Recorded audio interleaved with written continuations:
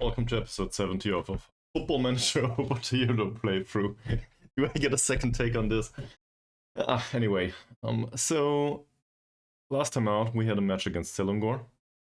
It was not really boring, but it was a draw.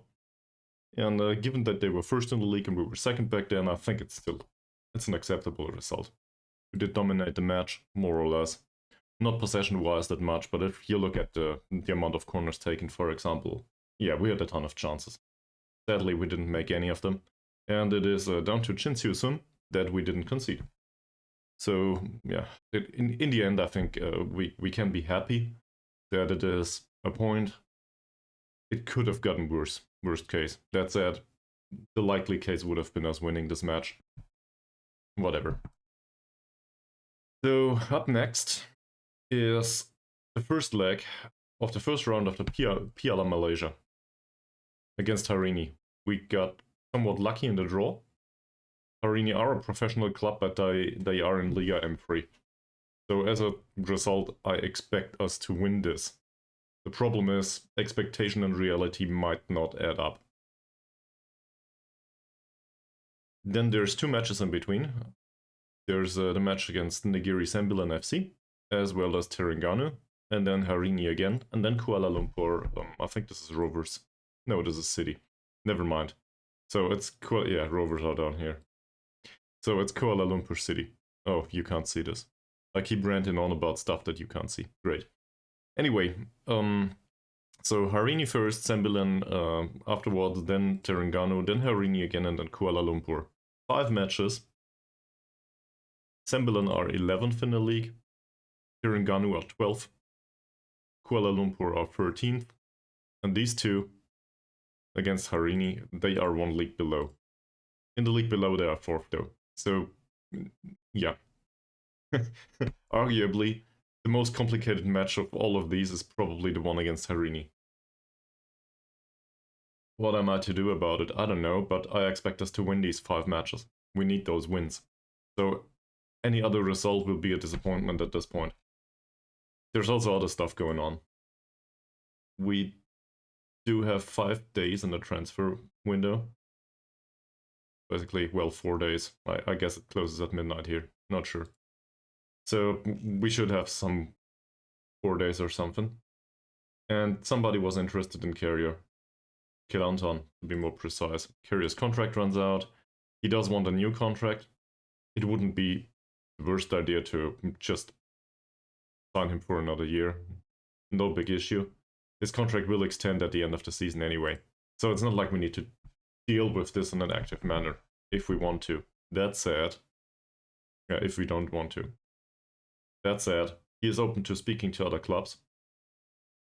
And there's somebody interested in him. So maybe we can get some money for him? I will offer him. And also, I had a look at this prior to the stream. There's this person here. Mohd Faizal Mat Noor. I think, speaking in general, this is a good signing. Right, he had one injury, a gashed upper leg. So, not sure about the proneness of injury or something, but there's no notion of it here. The estimated wage, 35 to 50, seems to be on the high side for some reason. But if I compare him to Keryer, as you see, I had this open prior to the stream. It certainly seems like there is not much of a difference between the two. On the physical side, sure. But I'd argue we can probably deal with this, and he has potential. We're talking about the third choice in central defense for now. So I think we can probably cope with this. He is, in aggregate, I think he's better. Mohd Faizal Mat Noor. And Keryer will not develop much anymore, he's 25. Also, this guy has fairly ambitious personality, sadly media friendly, but that's still better than the balanced of Keryer. So I would argue this is a good signing. Given that we have 5 days left, and it doesn't hurt to have him in the squad even in the under-21s, I think I will do it like this, and he might just make it to the senior squad.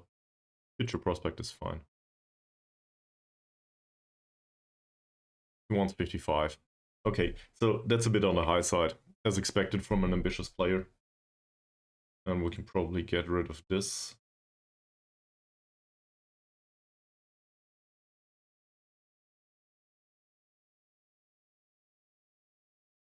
So we'll try to start him off with 35. With 35, he's a young player. I will keep these in there. That's no big issue. And on the short-term contract, sure, if he wants to. So let's talk about 40. And a 5% increase, because why not?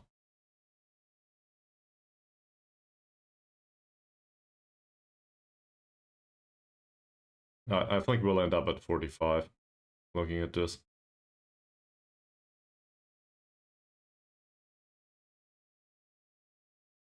Or not.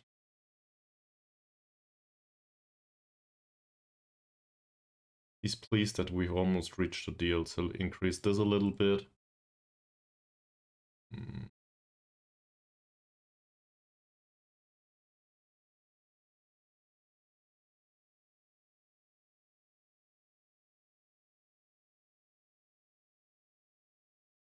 Fine. Perfect. It doesn't really matter if we sell Keryer at this point. I think this is a reasonable signing anyway. And he might be a viable addition to the under-21s. That said, let's try... No, of course not.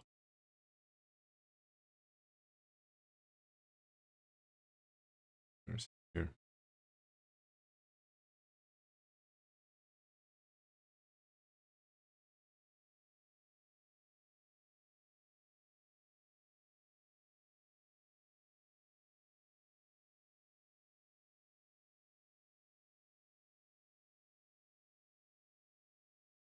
Okay, perfect. So, sitting on a bench, he doesn't earn anything anymore. What about the appearance fee? He doesn't insist on that either. I suspect he does not expect to play. Not bad. Alright, €6. So I assume this can go away too. Perfect. Now, is this an appropriate contract? Yeah, I think so. Long term, even if this increases by 10% every year, say we keep him until 25, that's not a ton of money. Even if it increases with a 10% increase every year. So I think I want him for 2 years too. He doesn't want to though. How about a clause? Hey, yet another member for the fan club. Are you quite sure it's not a self-help group? Welcome to the stream and thanks for the follow. Where is it? The optional extension he will not agree on. Maybe 1 year extension after league games? Yeah. Okay. So this is basically a 2.5 year contract as long as we play him. I'm fine with that. Why not?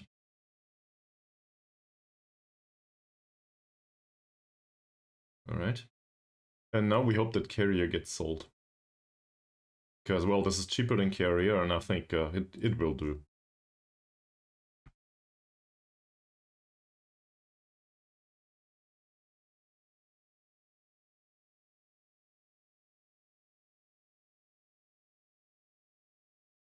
What happened here?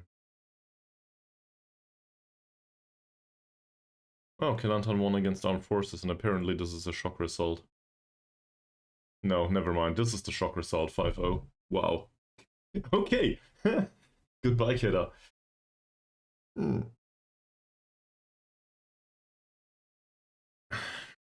Johor won against Terengganu, that's to be expected. Sembilan won against Kuala Lumpur. No issues there. Pahang defeated Kuching, that's always nice. Perak against Kedah, as just mentioned, and Sabah and KL Rovers had a draw. Alright. That's concerning, I would argue. It was a more or less even match. Well, I don't know what Sabah did, but that's not alright. At least according to the position on the table, but sure. I guess good for people that appreciate Kuala Lumpur football clubs. Well, what's going on here? We had a 30k loss apparently last month. That's going on here. Also, welcome back to the stream.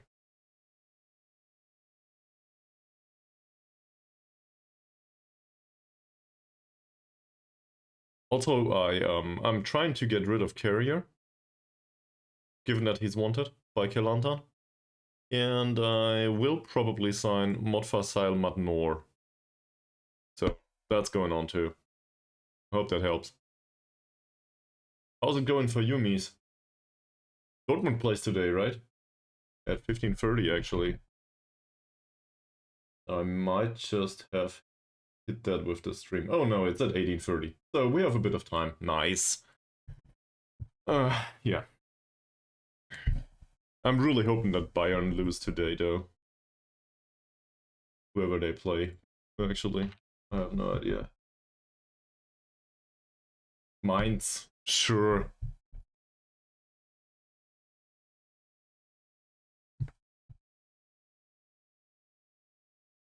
Well, it's Bayern Munich against Mainz 0-5 today, Gladbach versus Köln, Augsburg versus Heidenheim, Leipzig versus Darmstadt. So maybe Darmstadt can get a win after all at some point, not sure.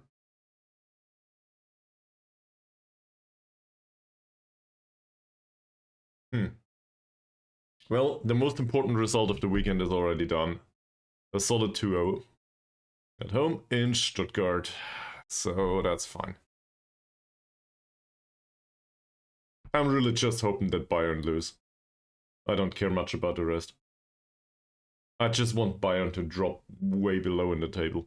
It would be really funny. Okay, Mazrin is named in the team of the month. Holy, that's interesting.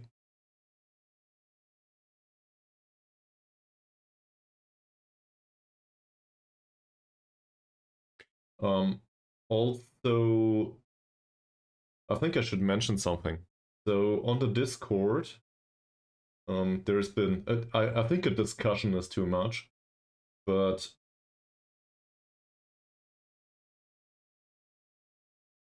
we could try to play, Chirinal said, we could try to play either Kamarudin as a right defender, which I agree with, no big issue.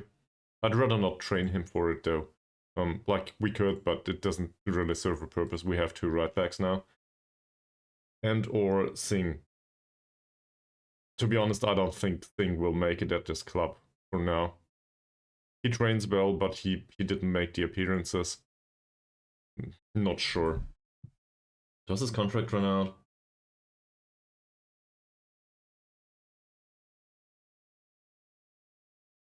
They do? Is it that much?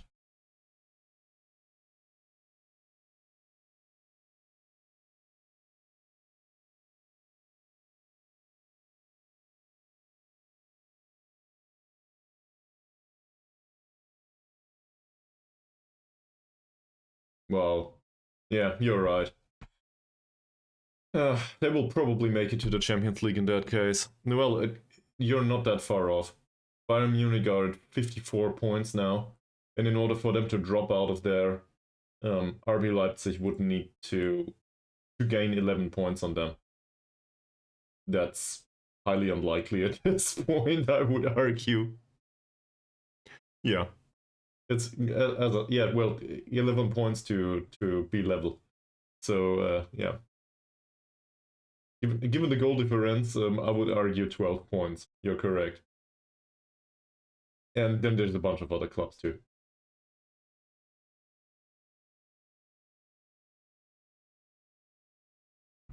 Well, that's all highly unlikely. So I guess I will need to come to terms with the fact that Bayern Munich might just be qualified for the Champions League this season. It would be so funny if they didn't, though. At least for me. Like, I'm sure there's Bayern Munich fans out there crying, what the hell is he doing? Well, on the other hand, no Bayern Munich fans ever watched the stream, so...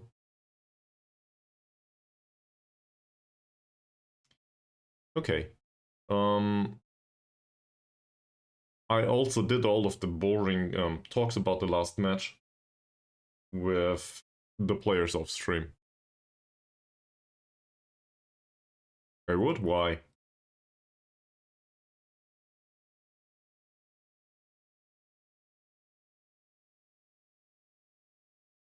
Oh no, there's no. I see what's coming.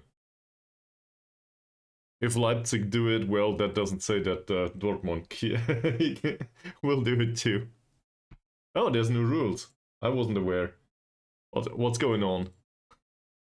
Can you explain it to me like to a 5-year-old? There's also Chinsu Sum in the team of the month, by the way. Oh. We might just keep him.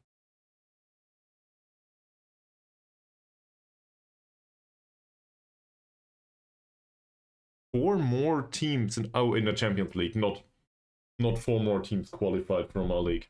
Okay. So there's one additional qualification spot or something. Alright.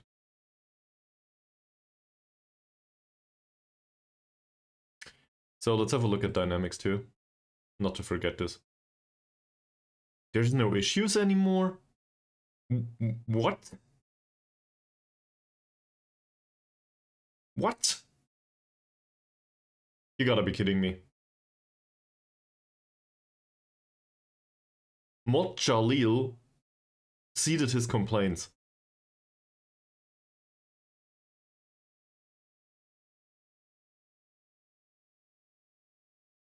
Oh. So obviously we will praise his conduct now. Good job.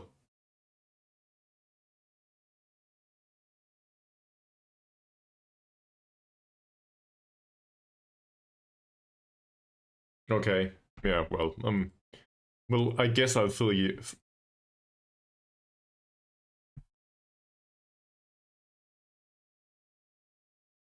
Ankun's hurt. That's not good. We need a physio. We really do. Can we please have a physio? Pretty please.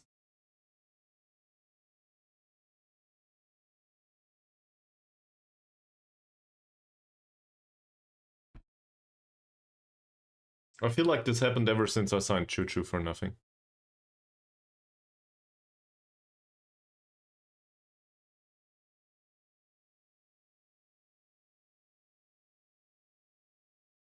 And he's bad at scouting anyway. Maybe I should just fire him and see if it turns out okay afterwards.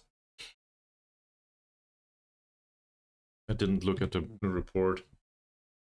Also, we will practice penalties twice, because why not? We will not have any there.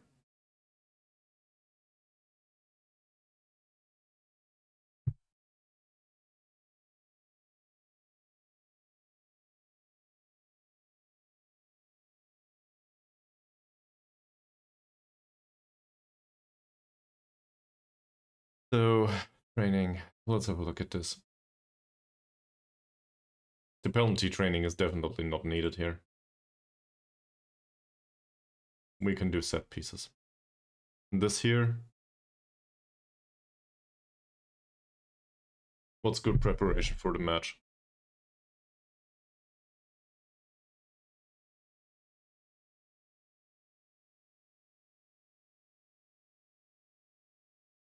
I think we'll do this actually.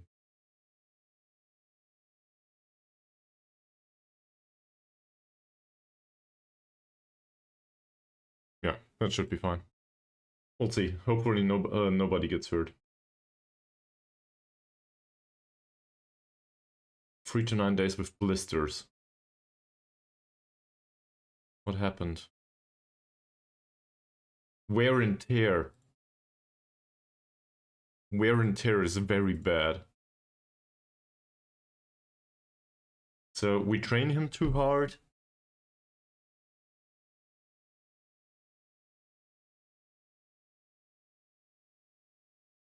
Mohd Jalil is believed to be considering exploiting the options available to him. Oh yeah, that's no problem. In fact, I would be fine with this.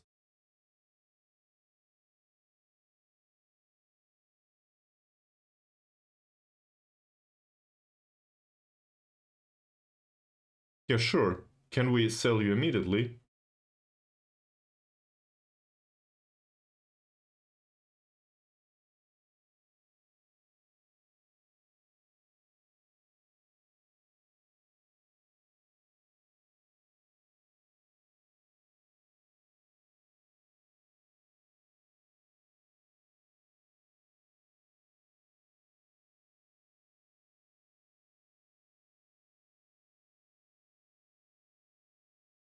No issue.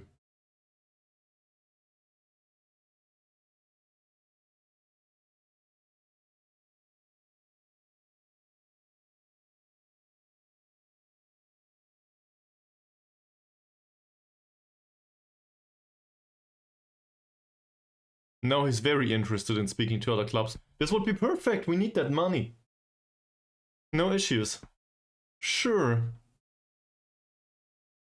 So basically, this is down to the fact that we do not have a good relationship here. Where the hell is it? Here. The relationship with me is distant.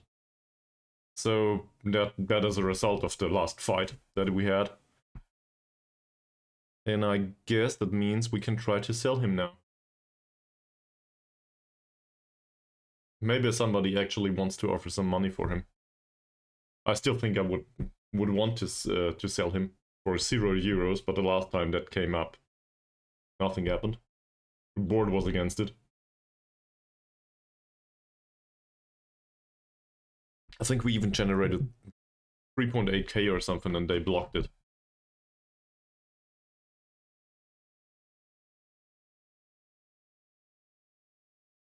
Alright, we have a match against Terengganu on Friday in that week. That'll be hard though.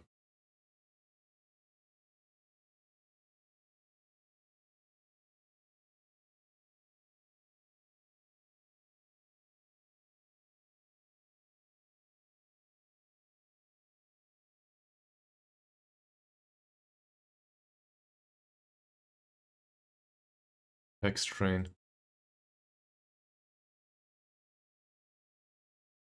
This is on general rehab anyway.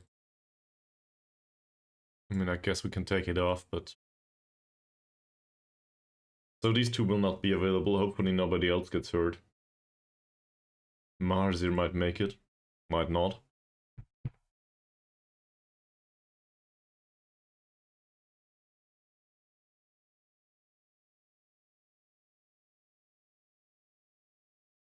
Kelantan wants Keryer. What's Kerrier's market value? It's €0. Assuming we get the other defender, this wouldn't be the worst idea. Maybe with a 10% clause? I will not be able to generate a fee here, will I? Kelantan probably won't offer a fee.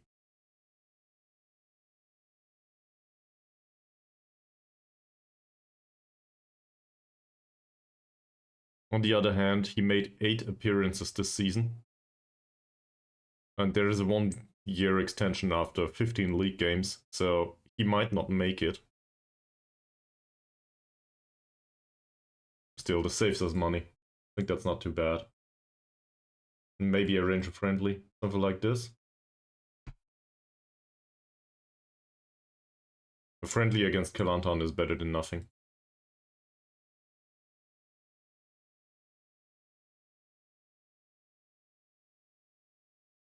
I'll negotiate this.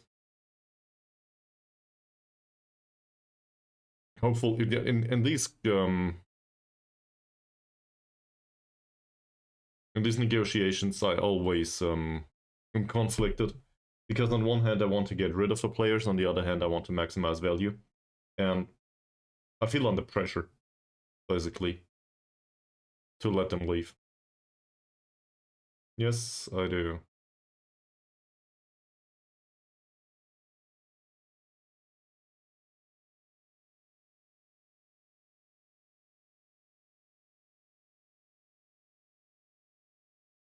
Perfect. They accept. So we will accept this. Keryer might move on. He's been a good servant to the club. No issues there. 6.7 rating overall. And he's been a long-term servant to the club too. That said, he's not a fan favorite. And he's not good enough for the club. Like, going forward. I wouldn't want to keep hold of him.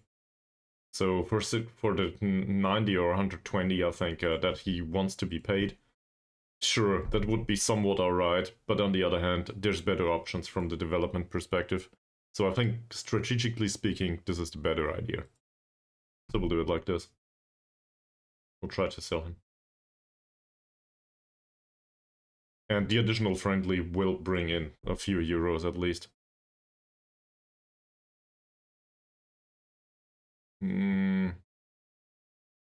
A position.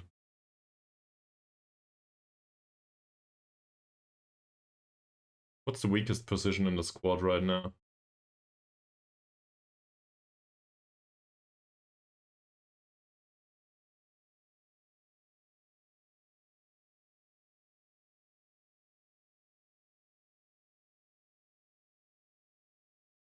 I mean, I guess striker, in a way.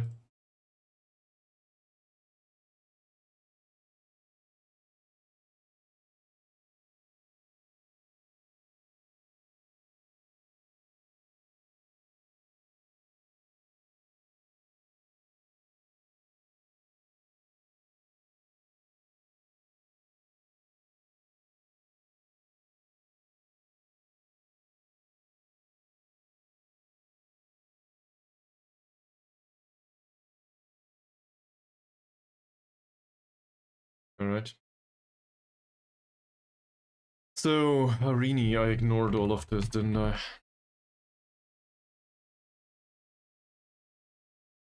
This is going... Oh. Oh. Okay. So much for must win.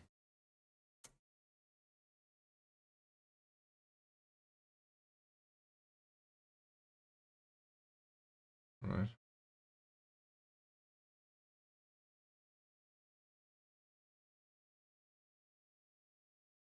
Let's just have a look at the players, I think. That's not too bad, but not great. Good crosser. Defending is reasonable, but not that impressive. And yeah, well, as expected, he's fast. Rosidi. For a central defender, this is...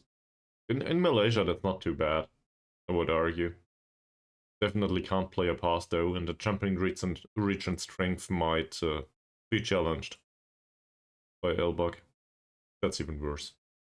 He does mark opponents tightly though, has good marking and positioning. That said, it will not help him if he gets muzzled off the ball. Roslan, yeah, okay. So we float the crosses in. That's for sure. He can somewhat pass a ball. He's not too bad either. I think we need to be careful with them, but it's not like we need to be impressed. That said, they will be highly motivated and we will play at home first. Okay, so we absolutely need to get a good result here. Biggest issue is this position, I think, at this point. Because Ankun will not be available. And Baru is questionable too.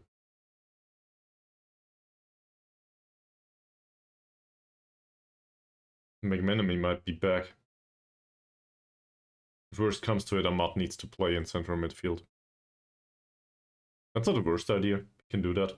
In fact, I think he's 100% familiar for some reason. And I didn't figure out how it works just yet, but he trains as an Enganche, or however you want to pronounce it, Enganche. But for some reason it also counts as a deploying playmaker in central midfield. It might just be that this is a very similar role and, well, it goes to the same training, whatever.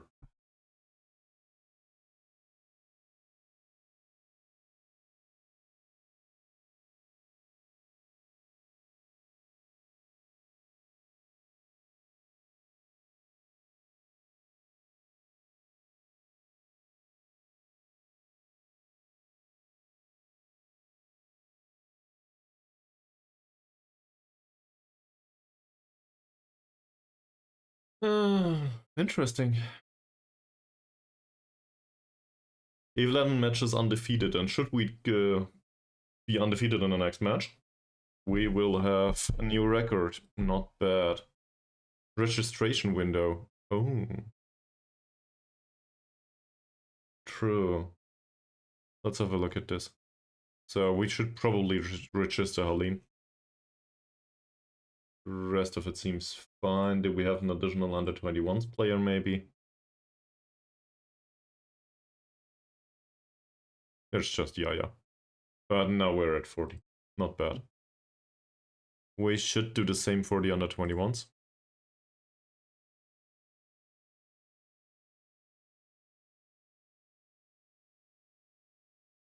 Okay, that's the same. And the under-19s, because apparently there's registration everywhere. Yeah. Okay. Confirm that. Clone stats. Does it matter? Not really. Hi, welcome back.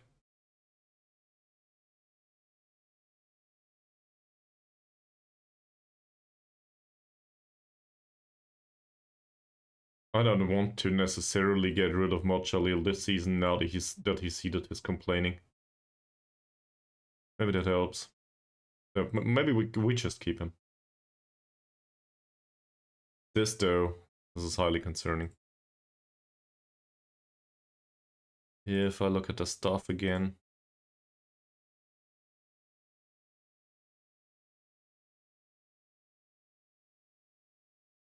You know what? Chuchu is a shitty scout anyway. He doesn't have much, like his favorite personnel though. But he's just bad. And I suspect the fact that we can't pay these people any more than 50 euros a week might have to do with the average wage here. Or in the scouting department. It's just a suspicion though.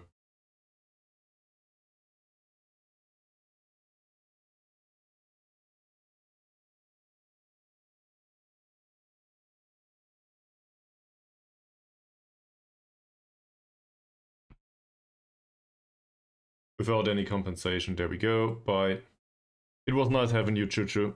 You will always be remembered as a long-time servant of the club. This is fantastic. I will accept this. So now we have a new central defender. And Keryer will move on. He'll be gone. Perfect. He's been a fantastic servant.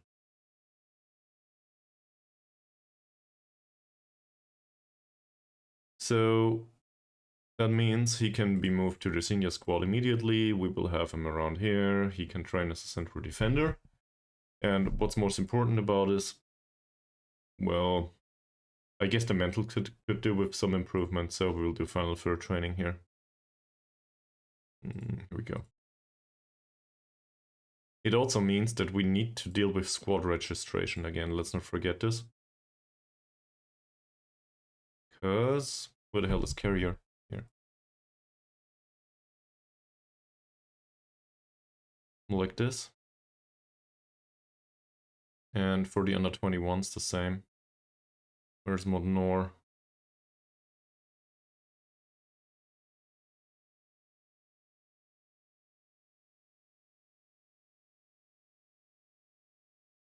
To the Liga Super?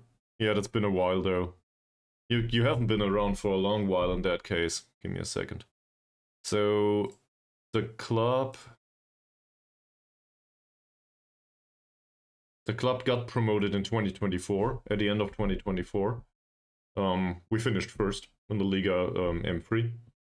And subsequently, we managed to get to 10th last season.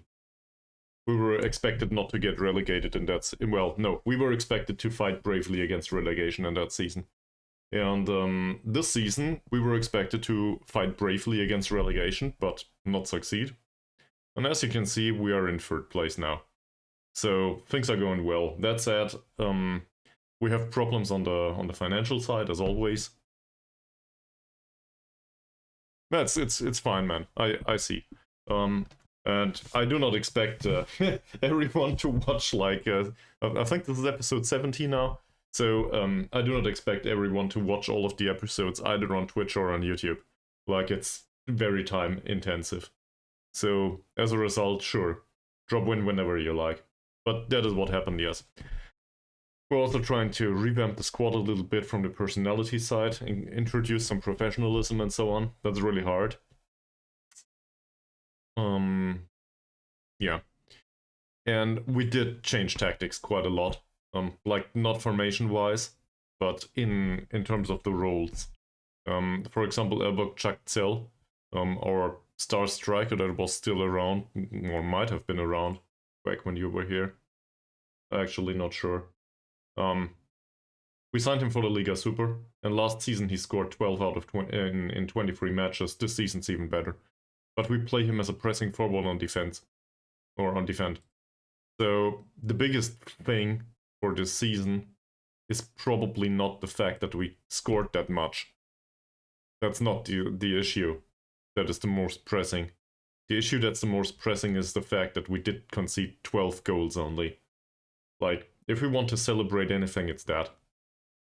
That basically shot us right up the table. And I think this is a combination of a few different circumstances. We switched the goalkeeper from one with better skill to one with better personality.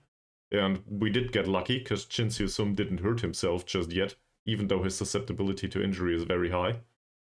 And there's also a little bit of an improvement in defense with Mahazir that we signed for this season. So he's not that impressive, but he plays fairly well. Barely any misplaced passes, despite being absolutely incapable of doing that, which we can see here. And in general, he has a decent rating. But the cherry on top is the training rating, which is very, very good. And as you can see, he develops fairly well. For a 23-year-old on this level, that's fine. No issues. So that helped. Also, he's not that slow, and his jumping reach is acceptable. He doesn't score a lot though. Like, with that jumping reach and that heading, he might have the opportunity to score from time to time after set pieces. We have enough of these. That happened once, and that's about it. So that helped in defense. But I would also argue that Elbug's role as a pressing forward on defense, or on defend duty, did help too. Because the squad is closer together in midfield. We try to force turnovers on the opposition in midfield more often than not. And Elbug being closer to the central midfielders helps. So as a result, I guess the space in the middle is more congested. And we force these turnovers over and over again. Like, not always persistently. It's not like we play a high-pressing football all the time. But in aggregate, it seems to turn out just fine. And it's not always the most exciting or the most defensively solid approach, but it seemed to have reduced the amount of goals we conceded. And we score a lot alongside it. Fine. So he's gone. But we have a new one. Mat Noor.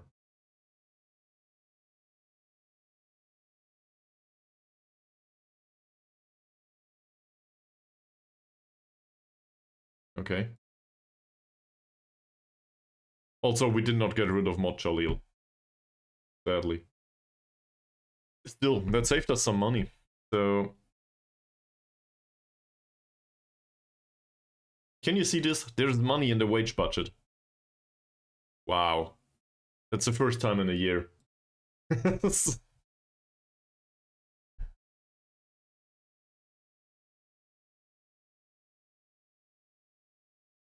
I just casually skipped over a 5-2 and a 5-0 and a 4-2 or something.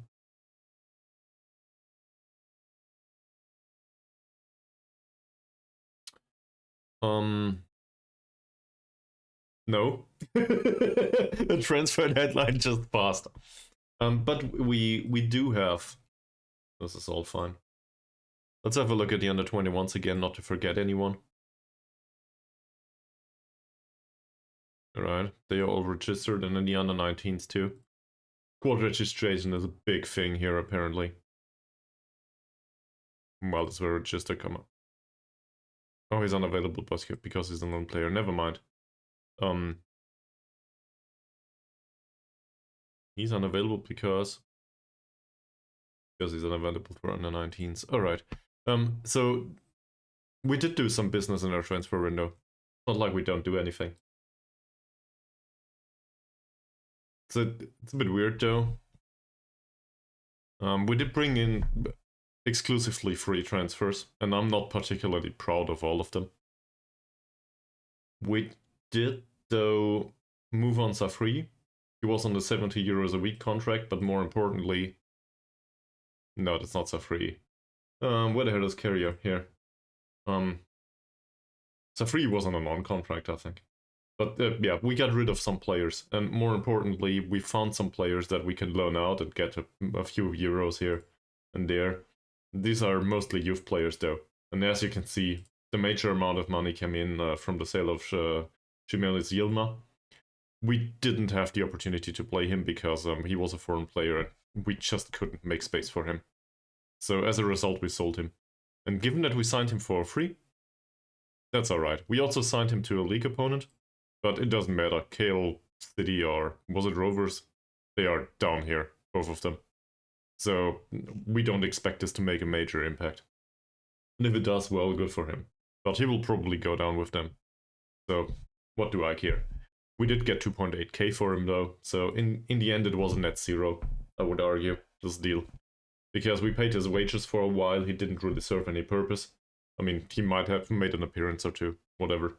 And afterwards we sold him on. So, not the worst decision.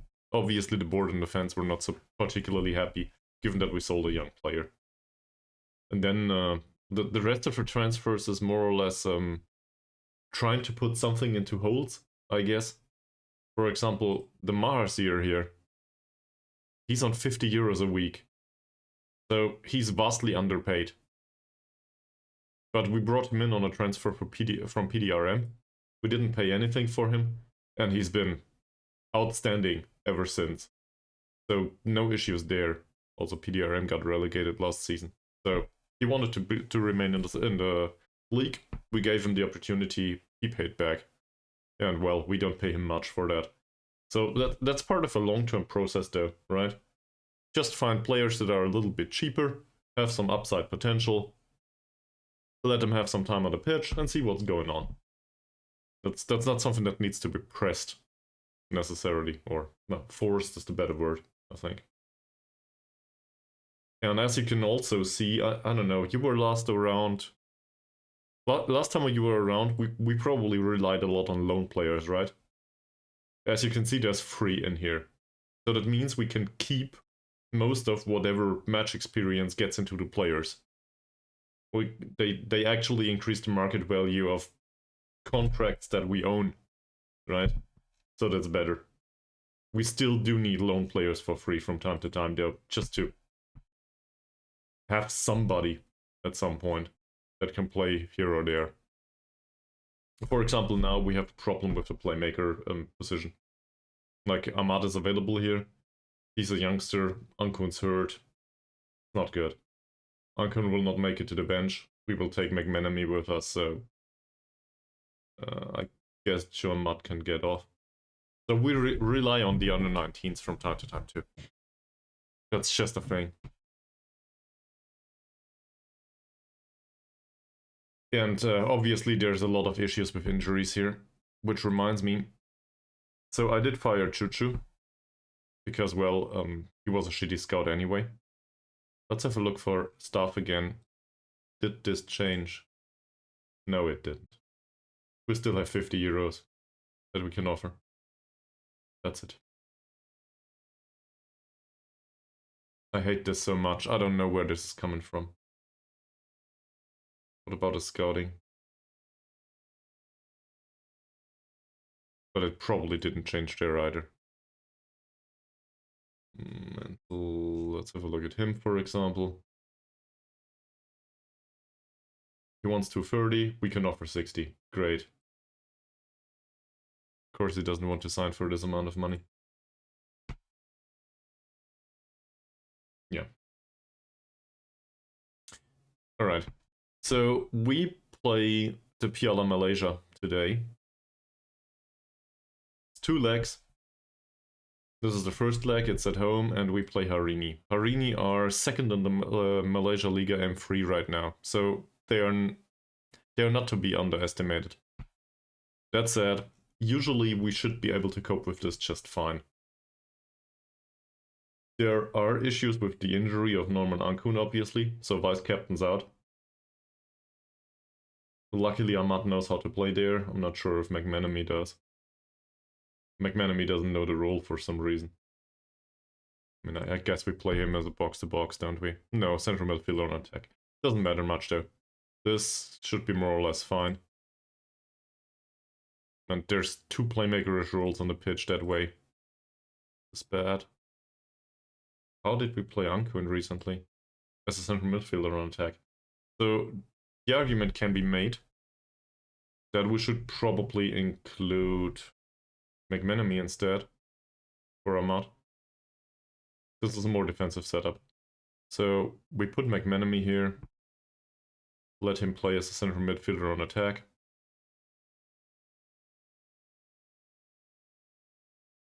I don't think he can shoot, if I recall correctly. Less dribbling definitely, ease of tackles, yes.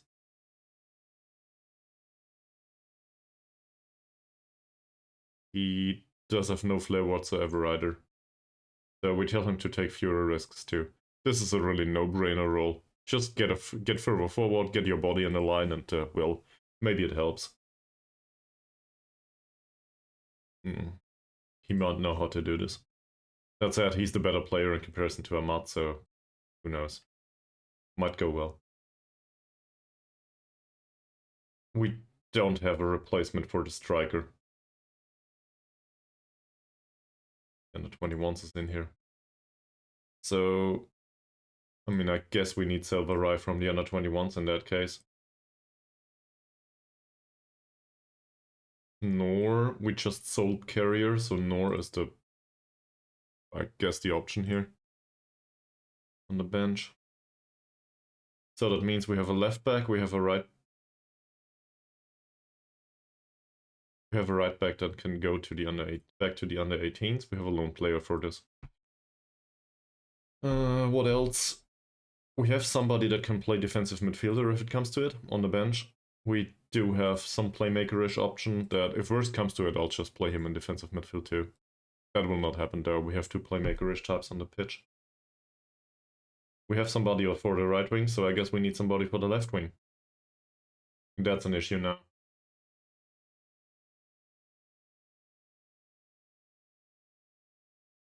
What's he recovering from?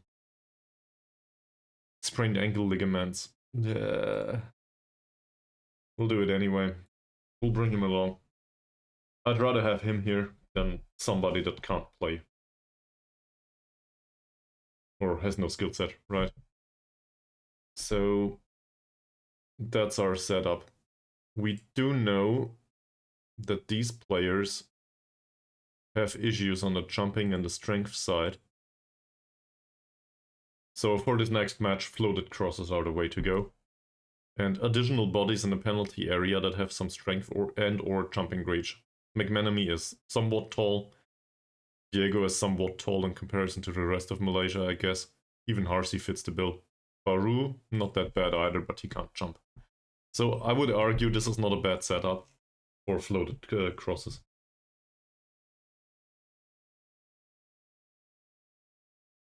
Alright. And let me know if you have other questions, Techrai. Right? That's what I'm here for. So I have no issues doing a like 10-minute wrap-up of this or that. For now though, we will go to the match. Probably get rid of this. So let's have a look. For next time, we wanted to do floated crosses. Higher tempo, shorter passing, fairly narrow, this is all box standard, rolling it out and so on and so forth, yes.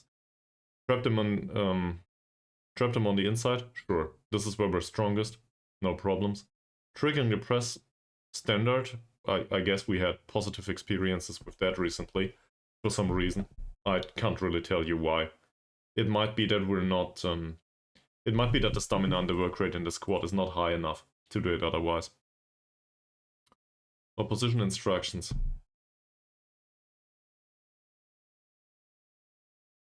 So, let's start at the front.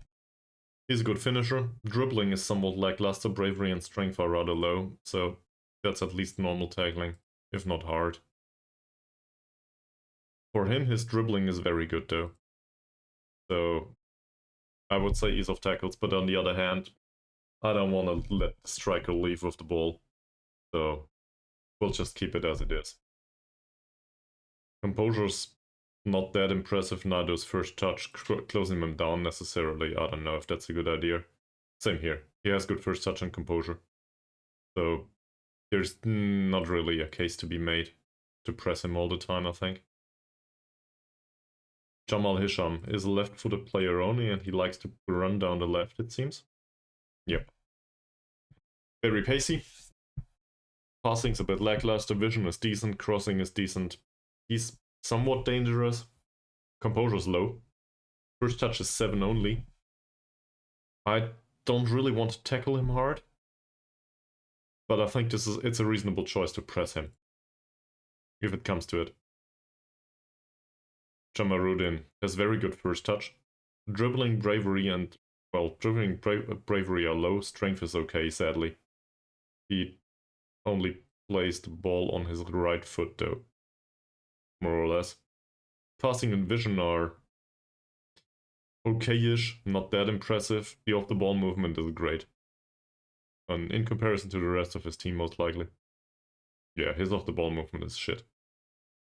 So, the biggest concern here, though, is he's basically the best passer in midfield. So we would need to mark him out of the game, if we can.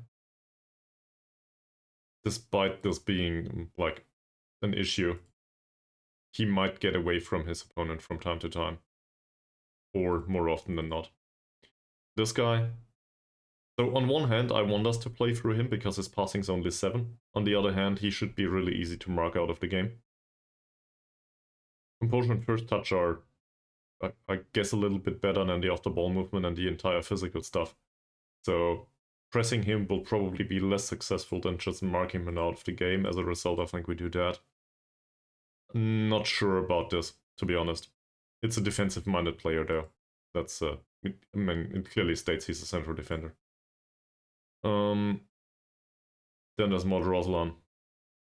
Right-footed. Can play across, he's rather fast, and the rest of it is shit.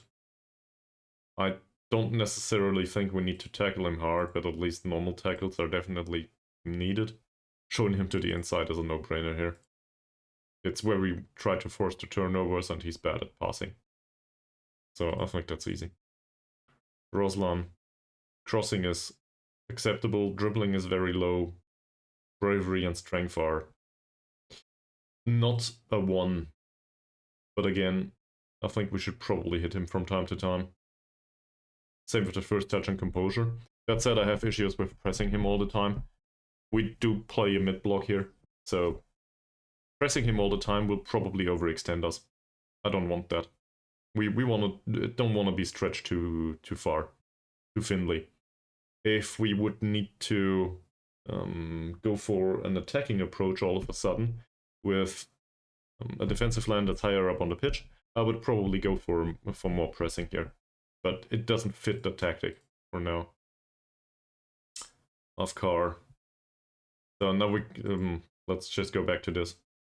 His passing 6. We can press him from time to time, or mark him from time to time. This guy's passing is 5, and he's a 3. So we do not expect them to play a killer ball. As a result, they can have the ball. It's fine. Let him pass the ball around, doesn't matter much. We won't mark him. And him?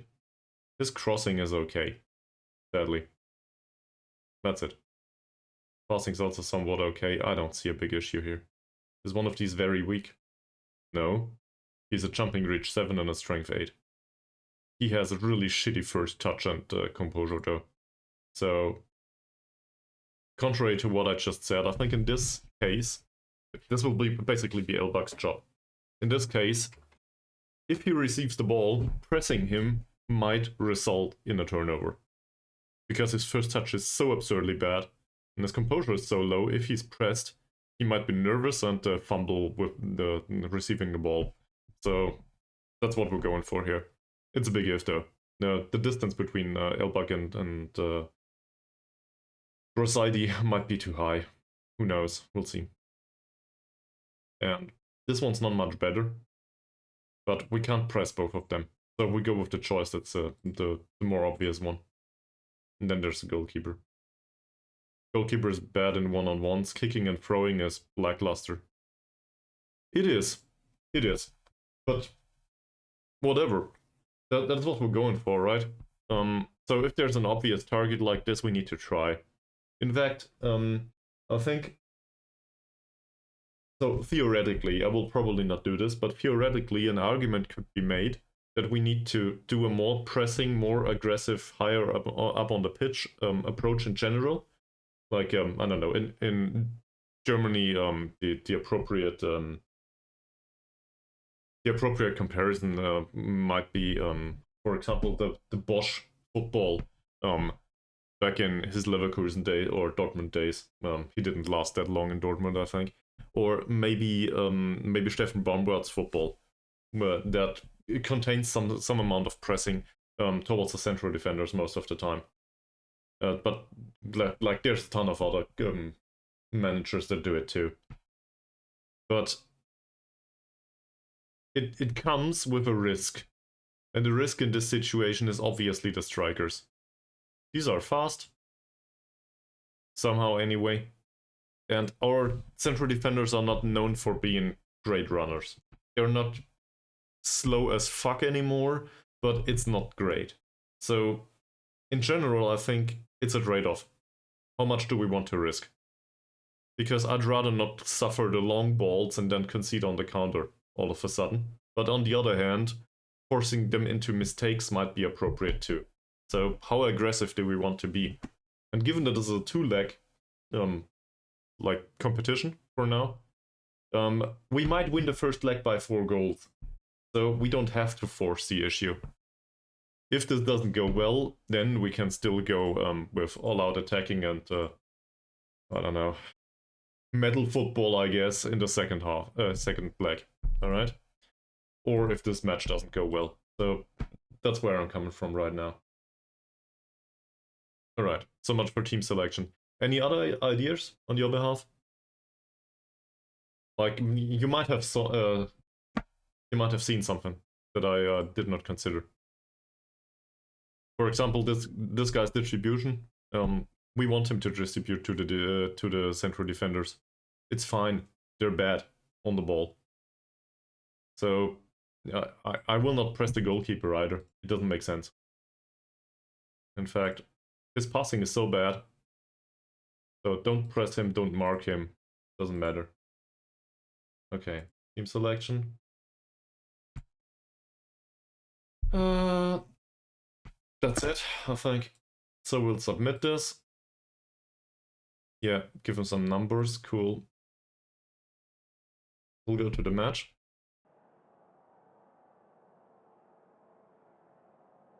Just encourage everyone. That's not encouragement, whatever.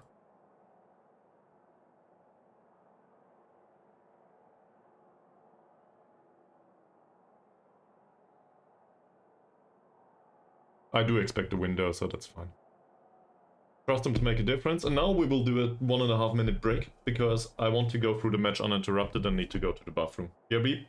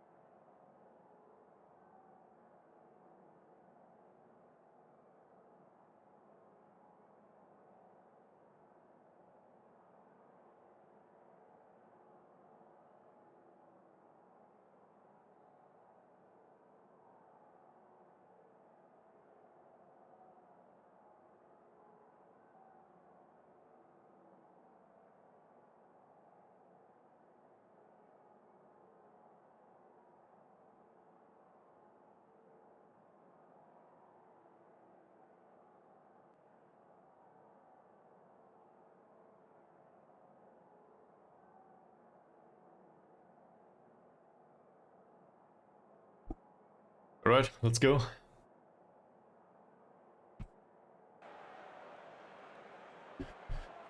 We've assembled today, the whole three of us, to witness Sarawak United FC's hopefully victory against Harini, which are coming from the Liga M3 to visit us and hopefully to concede a few goals. Would be great. That said, they are probably more threatening than rock bottom of our own league these days. So this is an interesting one. At least for me.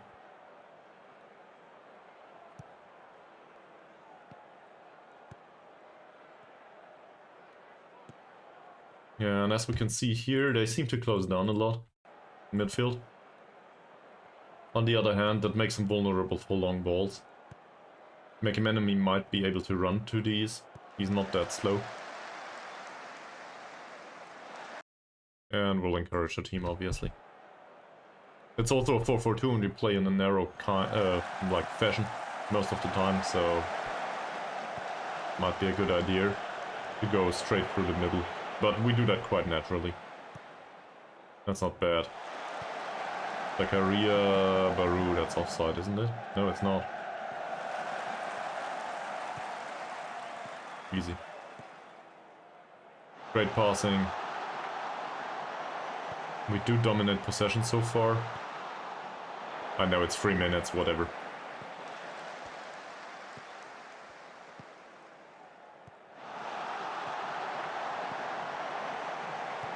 Like, there's the creative passer somewhere. They just didn't find him yet. That's not bad either. Mazrin drifts forward, floated cross again, and it's a corner. Alright, we did practice those. In fact, I think we did focus on a training session. For exactly this reason. RC... enough.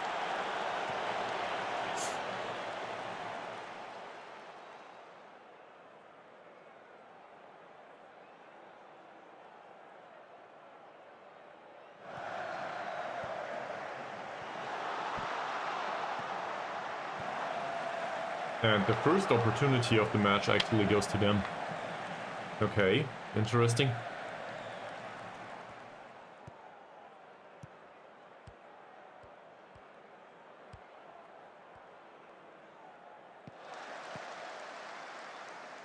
It looks like Zacharias has no issues though, playing through these two. No issues at all. Diego's pass towards Mazrin. Nice. Easy. Really easy.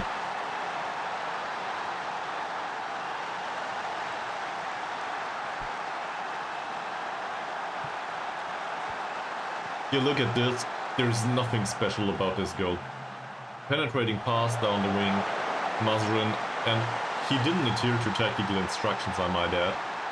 He just played a flat pass towards Elbug.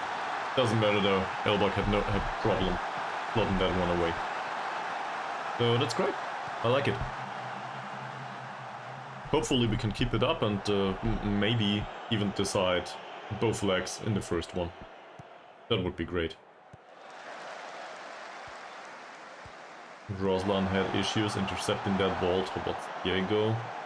Mazrin again, long ball this time. Definitely loaded.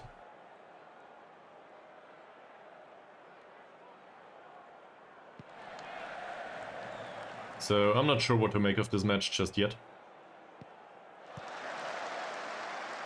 We don't really create that much, but this one chance had good quality. We do have 77% possession. So that's very dominant in general. This is a home match, I expect a bit more in a way. On the other hand, it's fine. Like, if we have another 4 chances like this and they have none, no issue. Not bad. Very similar situation. Mazrin, this time with a floated cross, and it's a corner. Come on, guys.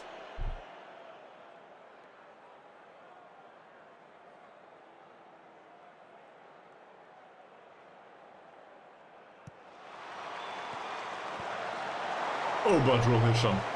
It was easier to score. That was a really, really vital opportunity. He should have slotted that one away.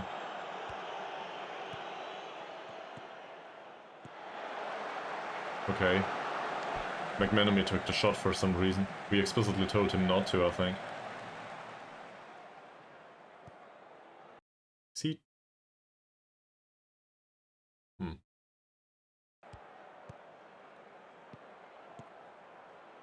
Oh, I see. I was confused. Never mind. Get the ball. Nice.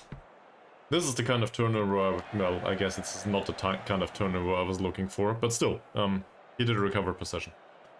I was hoping for turnovers a little bit higher on the pitch, not that far away.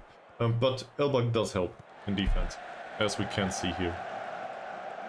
That's dangerous. And it's blocked.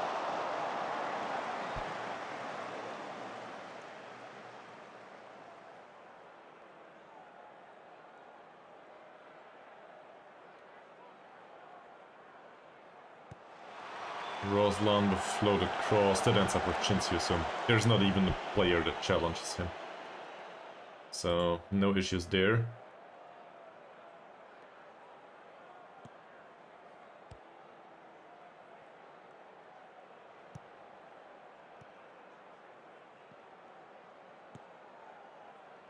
I did expect that one, yes. It was also the run by McManamy, by the way. Wasn't bad either. RC cuts inside, that's intercepted. This is dangerous.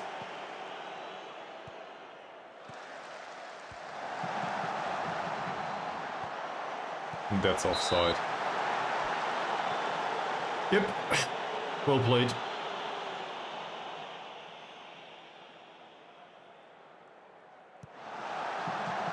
Badrul Hisham with the floated cross. RC doesn't hit the ball in. Gets it though. Still RC, not bad. It's not intercepted. Zakaria. Is he able to shoot at all? 4 points of long shots, so no. I'd rather not see him shoot.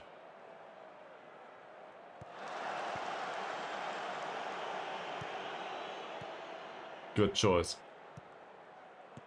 Zakaria, Elbug, Harsi. Okay.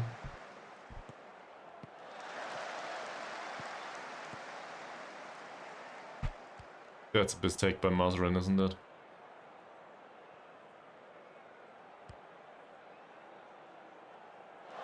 That ends up with the keeper. Great. No issues so far.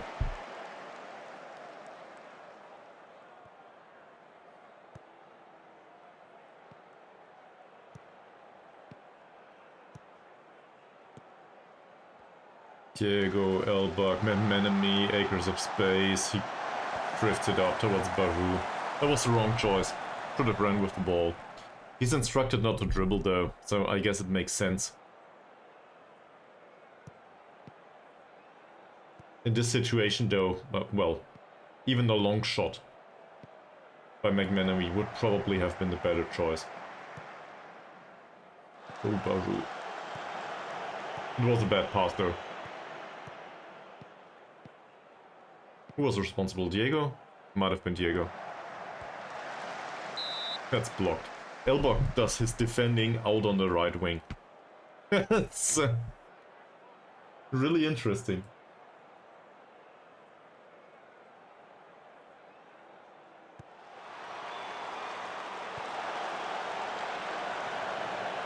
Well done so far. Come on, close him down.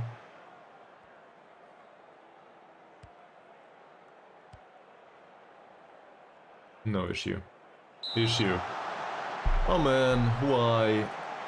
That wasn't needed, Mazrin. Feels like the ball hit the back of his head or something. He didn't even know that it was coming.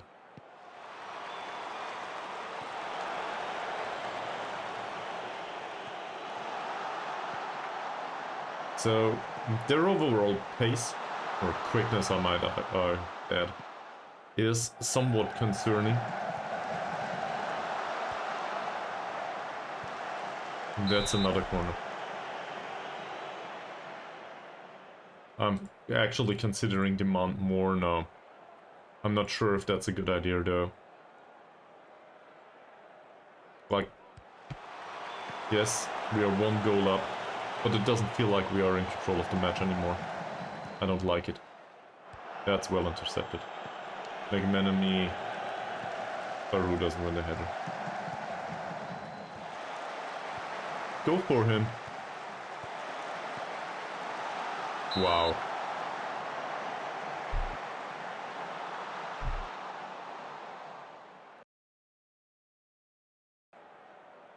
I won't demand more just yet.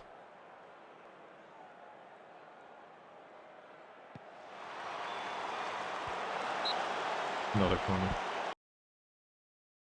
This is not good enough.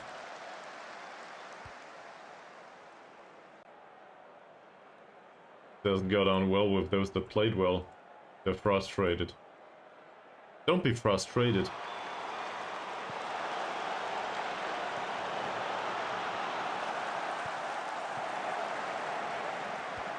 Mazrin, RC.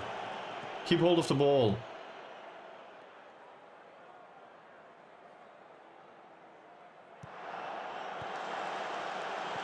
That's fine, yes. That's not fine.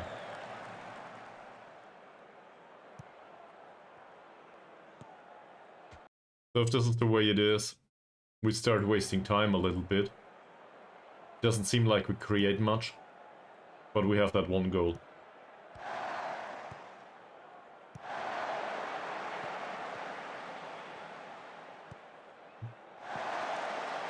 That's a dangerous pass. Why would you do that? Just get him. Or don't. Well, we forced him to play along the ball back straight to the central defenders, so that's not a big issue. This is though. Come on. Mazrin can't avoid this. And that's a good save by Jinsusen.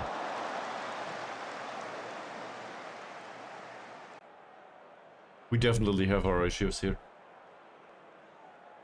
On the other hand, the defensive performance overall is somewhat fine. Doesn't really count as chances what they create. So we do not seem to have big issues with dealing with whatever they do. It's more about the lack of control in the match.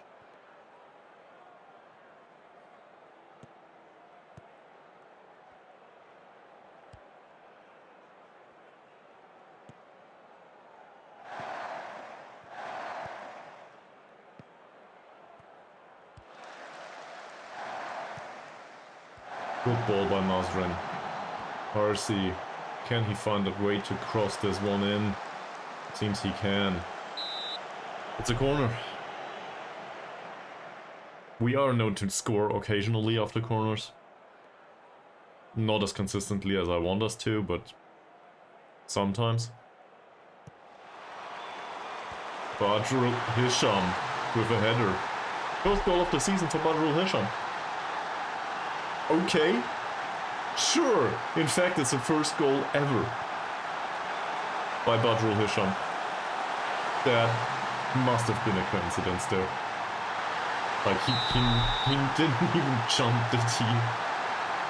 He has 5 points of heading and 3 points of jumping. That's a coincidence.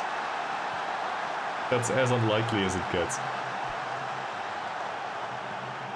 Yeah, most likely, man, most likely. Who knows how long he will last in this club. He never really got a contract either.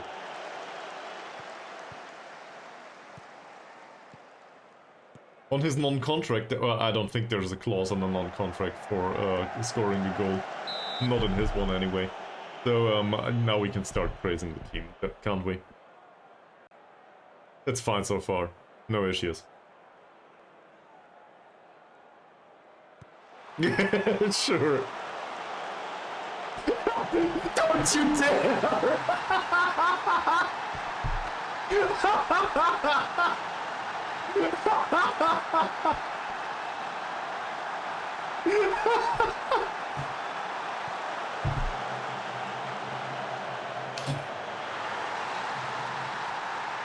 Oh, glorious prophet Mies. How did you do that?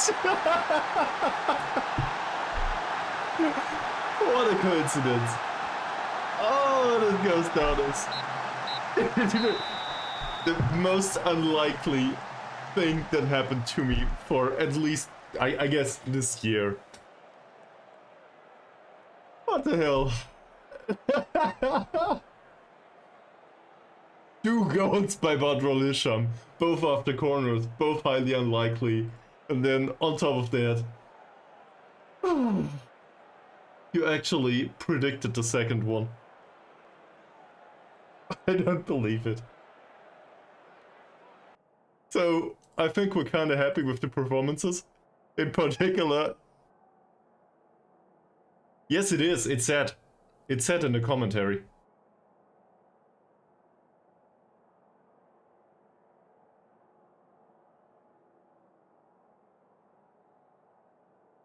Oh, for the club it said. Sure, but... No, never mind. He scored once for Macarais on loan. So it's the second and the third goal of his career in competitive matches. But they're not even in the league. I have no idea what this means. I guess it counts as the first 2 goals in a league that matters.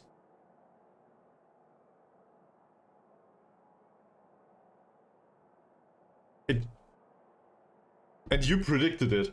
I don't know what's going on here.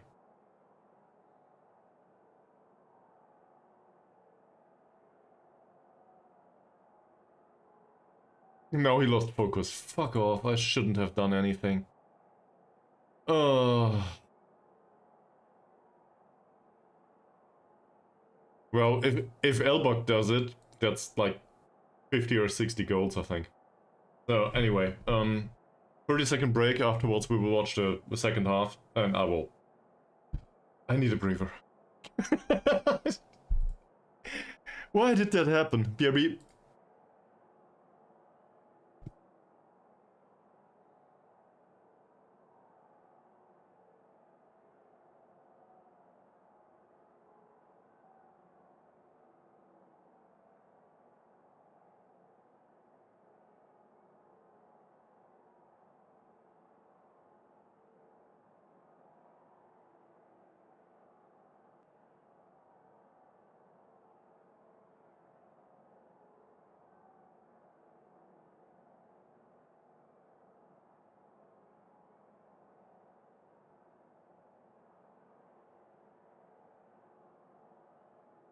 Alright, let's do the second half.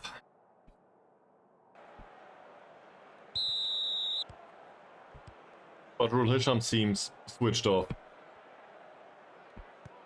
Yeah, thank you very much for scoring 2 goals, but if this is the way you react, if I praise you, I don't know if I want to keep you.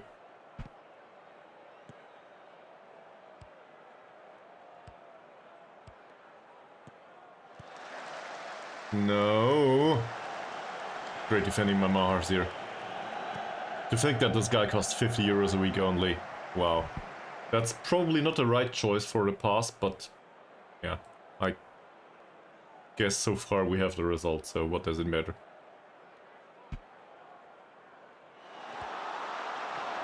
Baru with the floated cross. Harsey doesn't win the duel.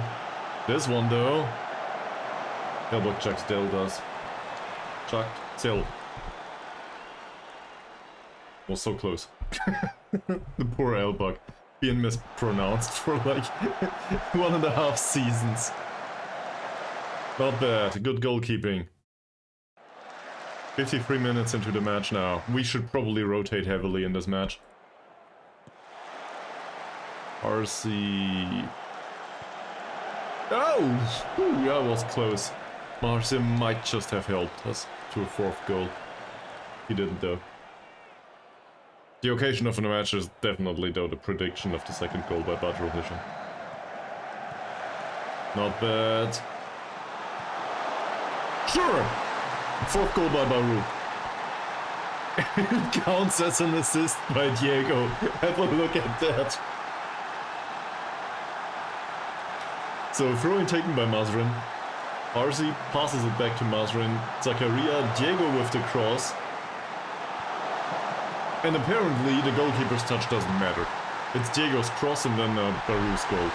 Fine. Whatever. So now we can play those that need... Well... You did miss the best, probably, moment of the stream though. If you were not around.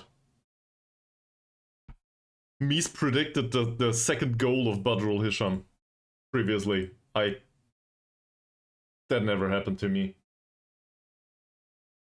Like his third goal ever, he's right back after all. Anyway, so I guess we can play the youngster, right? We can now rotate heavily. This is a 4-0. And we will play no-nonsense football, I think. Just pass the ball around, waste as much time as possible. Play with a defensive mentality, it doesn't matter if we score a fifth. Ahmad can come on, I think. Who needs playing time? Da Costa Lima does. There you go, Baru. Thanks for scoring. Salvarai for Elbug, no issues there. And then maybe a fourth. We have 5 subs after all. Who needs to play? We don't care about a lone player, he's still hurt. Kamarudin might be an option. Kamarudin has some versatility though. Well, ours is not an architect.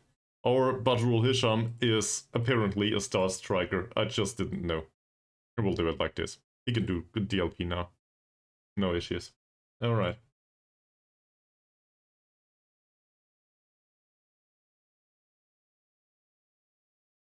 Yeah.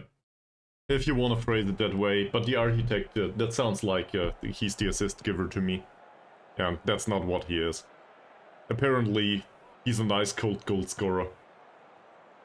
He should have been striker. Probably has like 1 point of finishing, doesn't he? His finishing is literally 1. His long shots is also 1.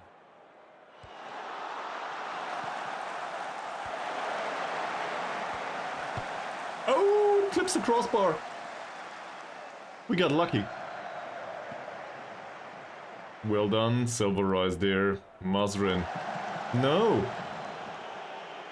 Oh, I think 25 or 26. He's 27. So, I thought he was younger. Yeah, he's 27. He will not develop anymore. There's a reason why he doesn't have a full contract. And is still on a non-contract like 2 years later. We just didn't find anyone for this position yet, but, well, to be honest, we can't afford anyone. That's how he got to play there. So, I mean, I guess throwing dirt at the wall until it sticks is probably the appropriate, you know, picture for this. He just played repeatedly, it was bound to happen at some point. We have another 15 minutes. Who can we sub on? Kamarudin. And Zachariah's really tired. How do we do this? I would want to sub off Zachariah. So the appropriate player here is Ahmad. To replace him. He doesn't know how to play this role, but it doesn't matter. So we play Kamarudin in central midfield. He's not a good passer. He never played there. So we play him as a ball-winning midfielder, maybe. And support. Take fewer risks, don't shoot. Tackle harder is fine, he's a good tackler. We do go for the defensive approach anyway, that's it. There you go. Have fun, man. 4-0 is probably enough to see us through.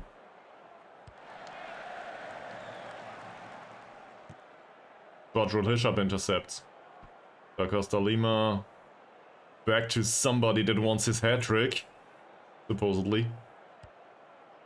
Kamarudin. Alright. Ahmad with a nice long ball towards Harsey. Harsey's still there. Controls the ball. Back to Mazrin. Will there be another one? There you go. Ahmad loses the ball. That's not good. In fact, that's quite concerning. Close him down. What is this? Come on, Kamarudin. It's your job to intercept balls. Or win it back in another fashion. Nice tackle by Mat Noor. Alright. What's going on with him? He's complacent at the start of the match already. Well, we will praise the remainder of the squad anyway. For the result. Everybody seems to be excited, so that's good.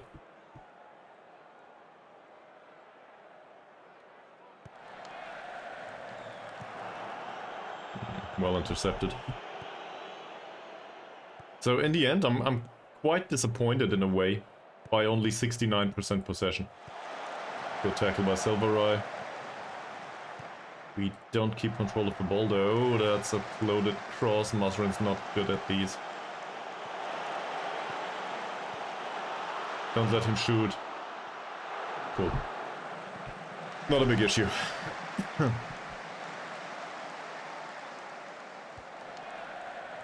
Long distribution. Okay. Kamarudin. Silverai. That was the wrong choice. There was a nice pass in the middle of the pitch. To be had for Da Costa Lima. Loaded cross. Not a corner? That's probably the end of the match though. Is this it? We do take the corner, okay. Apparently we do get that one. For whatever reason. Make it 5. Last chance for Badrul Hisham. Go do it. Oh, Silverai. Okay. Not bad. So, it's a 4-0. I'm fine with this. Yeah, well... He's a little bit taller than Badrul Hisham, though. Overall, very happy. Really, I'm very happy with the result. We got a guard against complacency now, in particular in the next matches that are just boring league matches. That said, this result enabled us to rotate quite early. So, not that early, you know. I rarely sub off players after 45 minutes. But it enabled us to rotate approximately about 55 or 60 minutes. And that's fine. Also, the youngster immediately made a debut here. So he can start working on replacing Keryer now. And he's probably in perfect morale anyway, so I won't touch him for now. No use talking to him. Alright, that's good. Next is... I can never remember. Negeri Sembilan FC. Negeri Sembilan are 11th in the league right now. So, given the recent result, I guess this is a harder match. Coming up in a way. But, you know, there never are easy matches in football, as they say. Alright. €1 to the whatever Phrasenschwein in German, the German Phrasenschwein is in English. I don't know, if there's something similar, like for general sayings, probably not.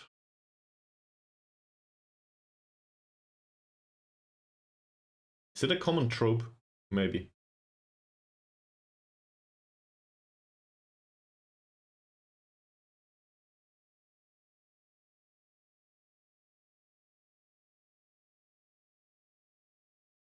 I remember back in the when I was at university during pen and paper play, we did for bad jokes. We did a jar at some point, put in €1 for every bad joke.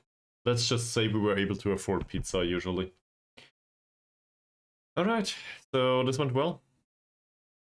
2 days only, so there's barely any rest to be had, and we will need to rotate. This I hate for sure.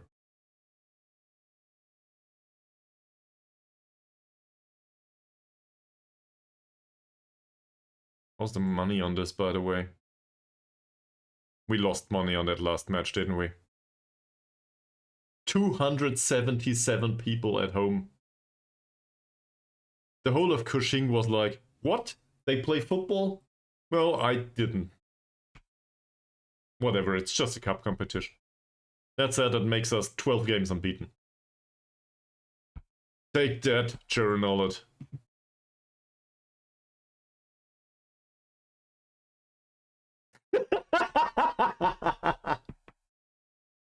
That'll help, yes. If we extend it to 80,000 people, maybe there will be the odd person here and there that comes to the match. It will be tourists, though. They'll be like, what is this giant thing in the middle of the city? Oh, there's a football match here. Shall we watch it? Nobody's here.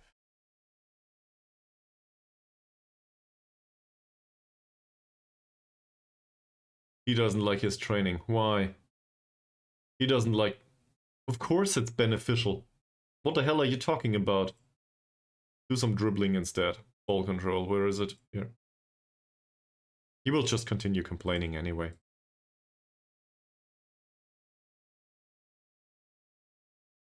Sure! The central defenders group lost Keryer. That makes sense. We will add a new central defender here. There you go. Might change his personality a little bit, doesn't matter much. Maharsir and Fakrullah have... Well, at least Maharsir has decent personality, apparently. Given his recent progress. So, no issues. Shall we give the players a day off? Some of them? Basically all of these need a day off, I think. Where is it? Training, rest, 1 day. We might need them in the next match.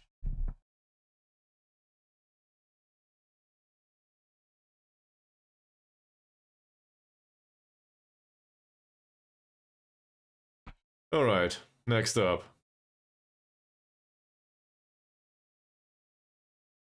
Negeri Sembilan. So, this is as bad as it gets, isn't it? At least from the perspective of... I guess this is not a scout anymore, I did fire Chuchu. I guess from the perspective of the director of football's assessment. This is horrible. So...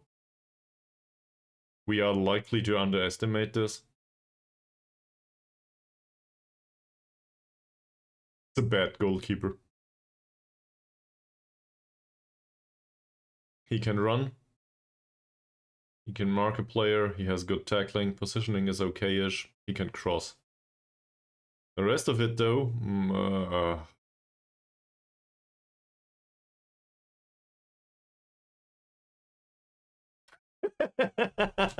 Seriously? Well, to me this is all like pure fantasy land, obviously, given that I'm sitting in Germany, right? So, how do I put this? I think one can collect a certain affiliation with a club, even though it's purely imaginary and doesn't really have anything to do with the real club. If that makes sense. Like, I wouldn't know what's going on in Malaysia in real life. So, yeah. But if you feel that way...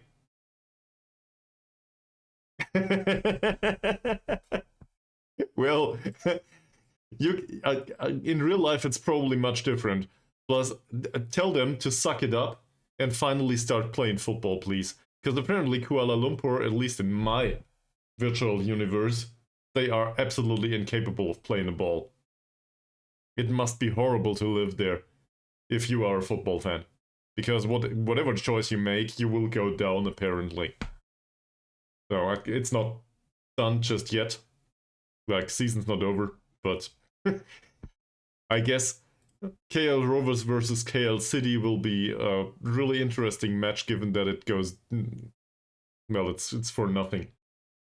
They both will be relegated anyway, hopefully, at least. That'll be funny. Then again, it's just my virtual universe. Like, you know, never been there. I don't know anything about the clubs. So, He can't dribble for sure. Knocks the ball past the opponent. Can cross, that's it. It's just another poacher. Same as always.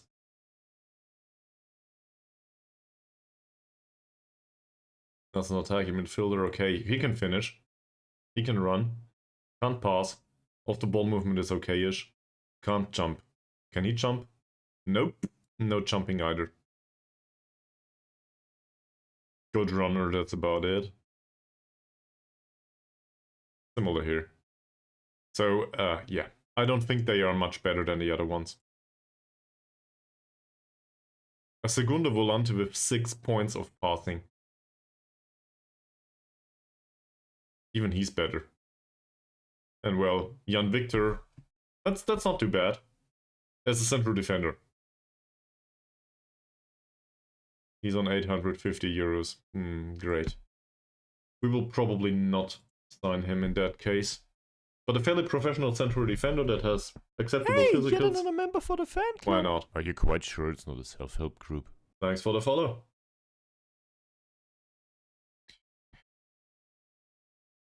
Yeah, saving the game is a good idea. It crashed on me recently. To be honest, I forgot about that. So we will face Negeri Sembilan. Away from home though.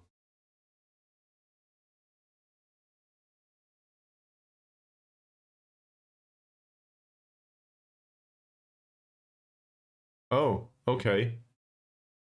Well, but do you have any idea, like, could you give us a wrap up how it all works?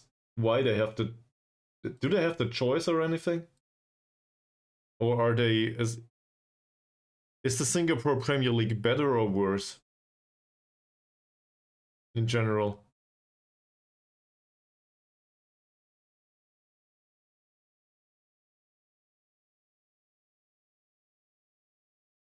Coca-Cola or Uzbekistan Super League? I'm confused. This sponsorship stuff is really annoying. Ah, I see.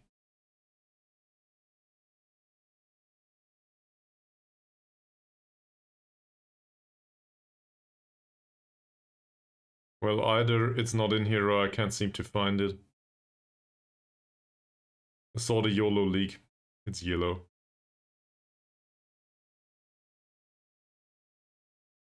Well, in that case, obviously, I need to move forward and stop bothering.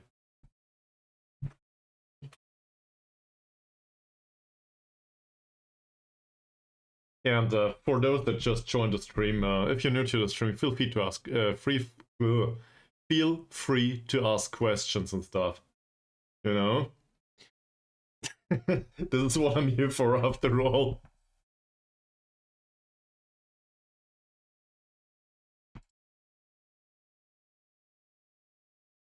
None of this really matters. Well, in fact, it does.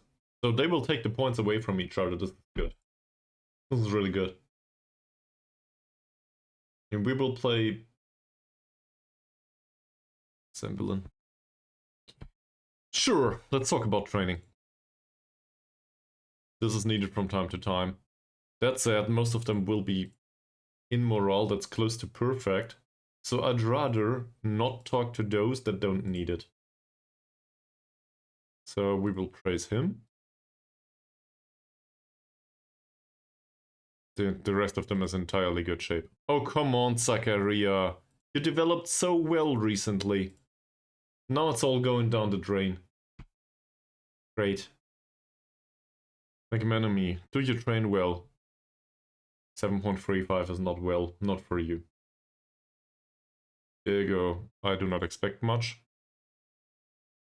Currently I was wrong. Well done. Who else? Baru. Wow. 9.25. Considering the quality of our trainings, like of the staff, the coaches, this is really impressive. Elbug. He gained some off the ball movement. If only his decision making will go up to 7 at some point.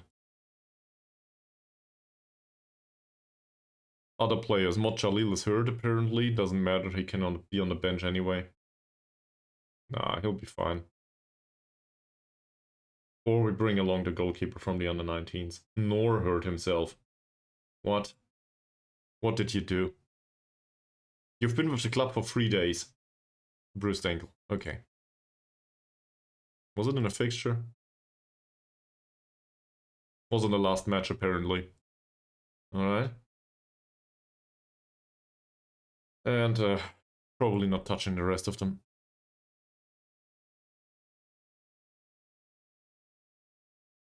If you continue doing this for like 10 years, maybe you will be an acceptable footballer at some point. Also wrong. That's not bad. So same issue here. He's ways off the rest of the squad, but why not? Well, it's not too bad either, even though he didn't play these times. Were you? But the fact that a young player shows up the first time and I don't even know who they are, that tells you a lot. Jeremy Brown, well, at least you have a name I don't have issues with. That's on me though, like, my problem. Okay, so, league matches, it was a draw. Nice. So, we have the opportunity, if we get a win, to get to the top of the league. Given the goal difference, we are bound to get that if we win at all. Kuching had a 6-2 against Sabah. City rival, historic rival. Not sure if I want to be excited or not about this. Somebody lost.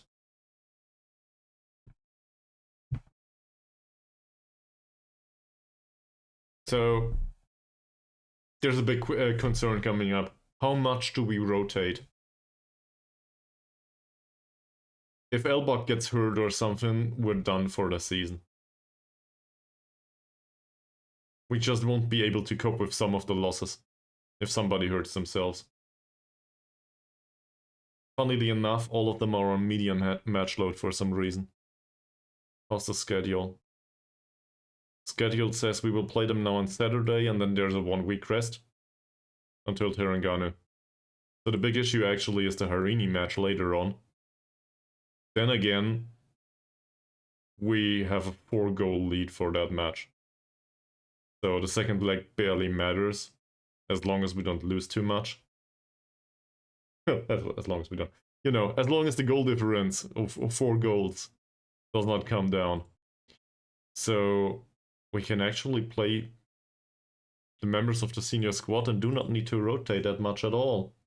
There's just the issue with the bunch of yellow cards here, but we barely get any.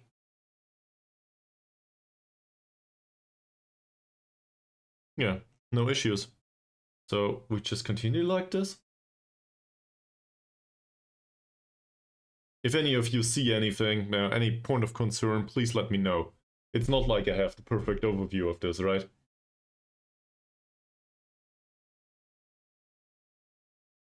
So, I don't know, I guess constructive criticism is always welcome. For example, Badrul Hisham seems to be really exhausted by the fact that he scored 2 goals or whatever. We might play the low knee here.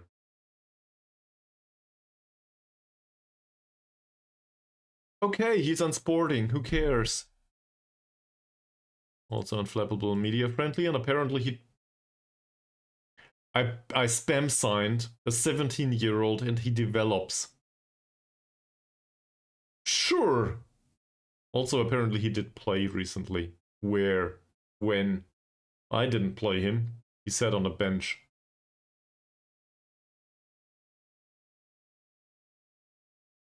Apparently in his matches for Penang. That was... Oh yeah, that was previously. Sure. So that might have helped him. Now he's here. Badrul Hisham can sit on a bench after scoring 2 goals. He deserves the rest. I don't consider this to be a perfect choice, but it will work. And he's definitely better than what we had previously. Is Ankun ready to play again? Nope. he isn't. So I guess Ahmad versus McManamy, which means McManamy might play an additional match. Welcome back after injury, Lee. You have been missed. It seems like I'm forgetting something, but I don't think I do. Not much anyway. So let's push the morale of all of these players a little bit up. We are basically close to the match now. He trains well. Can't really tell him about it just yet. Can we praise his conduct? Sure. Praise the conduct. There's also the issue, so he's on sporting. If I were to plan long term, I would want to include him somewhere.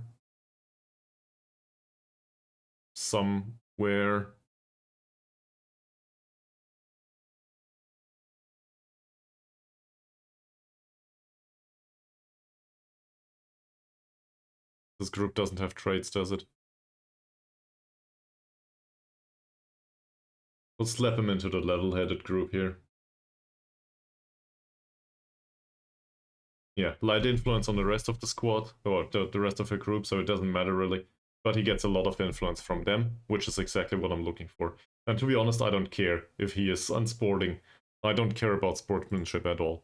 It's an added bonus. It doesn't really matter. From a personality perspective, let him be unsporting. Who cares? In fact, it might be a positive at some point, for results at least. So we will, we did praise his conduct, that's it. Can we do something else here?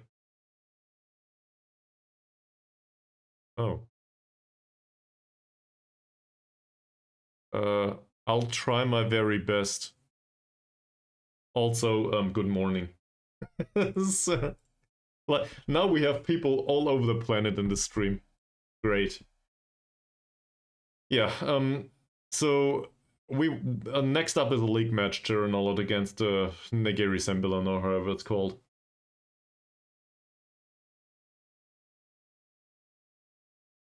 And the Loney will probably play. So Mahazir, I think we did talk. No pipe? Like in smoking pipe, or what? Don't look for memes. I won't. Shall I look for memes? Then I can't look for memes either. Okay. That's great. To be fair, the last match was prime opportunity to create some memes. I'm sure they'll be great. I will have a look at them after the stream though. If we continue like this, there will probably be additional material. 6.7, no chances created. We will criticize him about it. It's I try not to talk too much about the last match now, but it'll be hard.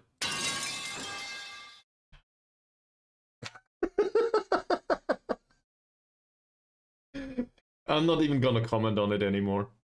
It's just useless. Good passing, RC. Good passing. Great. Baru. That's easy.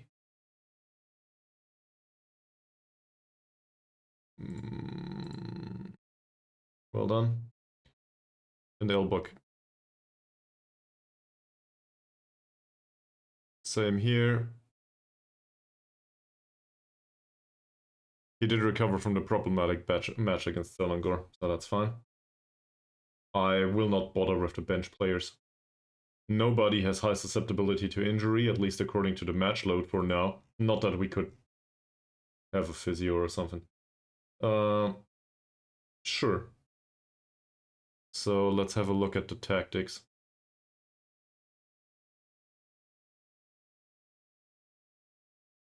Alright.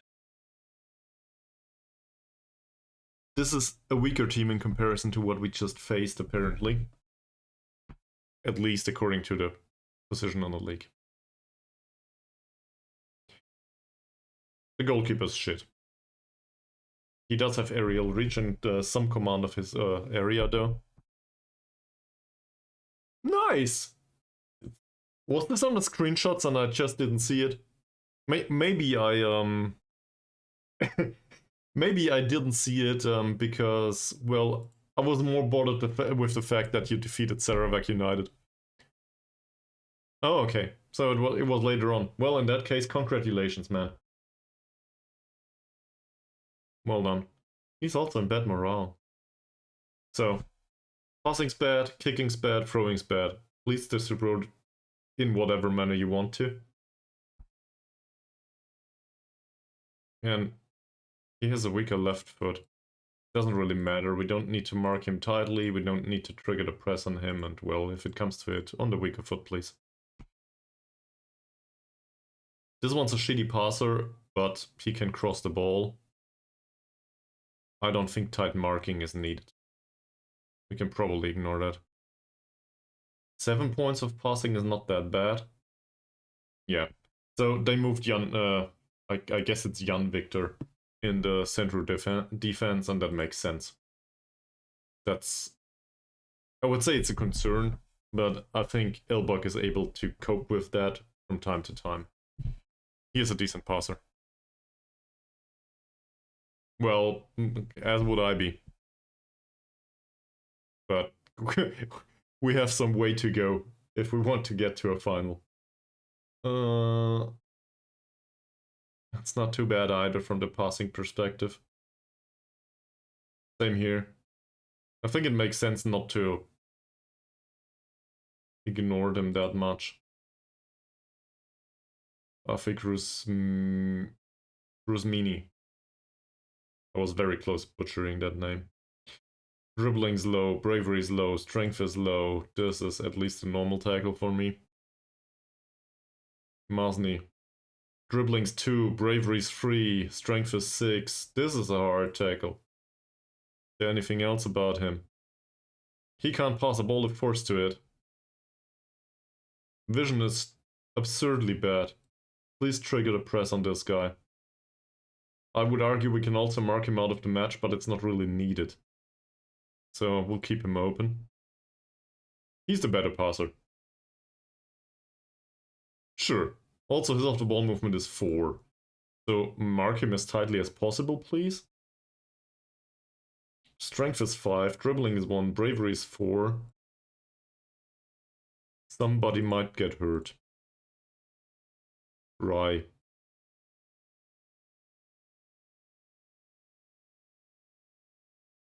Well, it's goalless, Voron, Rai.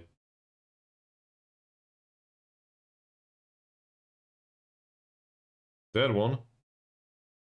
So they are forced to play through him, but he still has 6 points of passing. I'm not sure. It depends. No, even the central defenders have better passing. Yeah, you're correct. I see. So in case they want to do short build-up play, basically we forced him to play through him. Makes sense. Not bad. This one, I don't have a strong opinion on any of this. It feels. Maybe show him to the inside. But that's about it. Showing him to the inside forces him to use his passing and, well, the bad mentals. Crossing is easier mentally, I would argue. Sham. Passing's shit, off the ball movement is okay-ish, he has good finishing. He's pacey enough. I don't know, marking him out of the game will be hard, with the off-the-ball movement and the overall quickness. He's not that weak on the physical side either. Jumping reach is really bad though. On the other hand, leaving him open is not that bad either. First touch is 10 though. Composure is lackluster but not that low. So we basically give him the opportunity to score, but not to play a good pass because he can't figure it out in time. We try to press him if it happens, but in general I think letting him have some time on the ball is not the worst idea. If he's far away from the goal, which is, well, you know, we don't know. Dribbling's free. Bravery is okay though. So that's an issue. I think in this case, I'd rather have him on the outside though. And that's due to the fact that this guy can't jump. His heading is okay-ish though. Good off the ball movement. I guess hard to deal with, but on the other hand, we will probably deal with the rest of the squad just fine. So that could be okay. The floated crosses are not really needed here. In fact, we could maybe have a look at their overall mentals again. Concentration is somewhat low. Decision making somewhat low. He's not a bad defender by any stretch of the imagination. But his positioning is 9, marking's 10. He will have no issues marking Elbug. Other than Elbug drifting away from the penalty area. Because, well, you know, as pressing forwards on defend do. And his positioning is a bit low. He has a really bad jumping reach though. So, I mean, I guess all approaches might work here. It's fairly fast. Yeah, let's leave it for the players to decide. Okay, what's next? Let's have a look at the formation again. They do tend to play through the middle, I guess. Can we maybe have a look at this here? Fluid counter-attack. Doesn't really say. He tends to play out of defense, uses intense pressing, and uses intense counter-pressing. So most likely higher up on the pitch, most likely a lot of pressing, which in turn means if we can pass the ball around nicely, we shouldn't have a problem outplaying them. That said, we need to cope with the press, which shouldn't be much of a problem due to the higher tempo. We might need to go for more direct passing at some point though, because there's space open them up. I'm just making this up now. I'm not 100% sure. Okay. Let's submit this. We'll see. Dressing room. I do expect a result. It's away from home, but I don't care.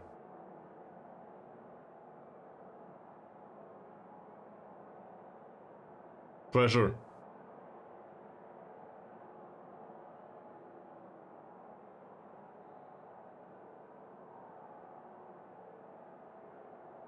Okay, and now we have the same issue as last match, so take a walk. We will see each other in 1.5 minutes. I also need some fresh air in this room. Hear me?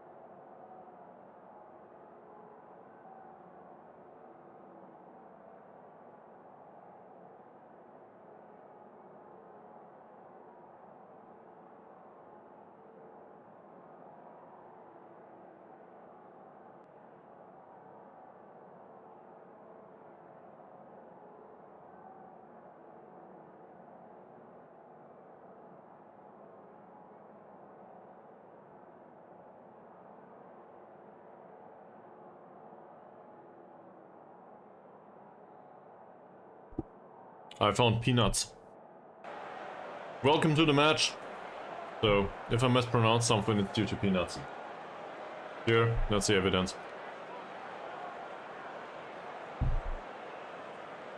We will play whatever it's pronounced. Sembilan. We'll go with Sembilan. That I can remember. Was it Negeri Sembilan? I'm a bad streamer. Anyway, away from home. So we need to win this. They are not rock bottom in the league, but well below us. This is a match that I expect us to do well in. And, you know, these are usually the complicated ones.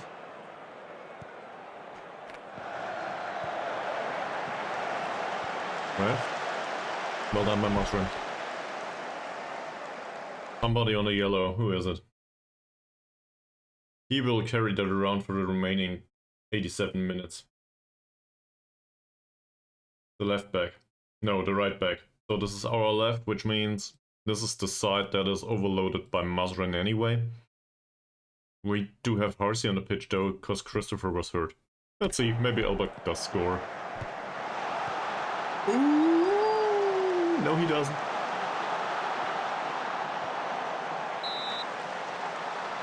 Another foul. Nice! If we continue like this, no issues.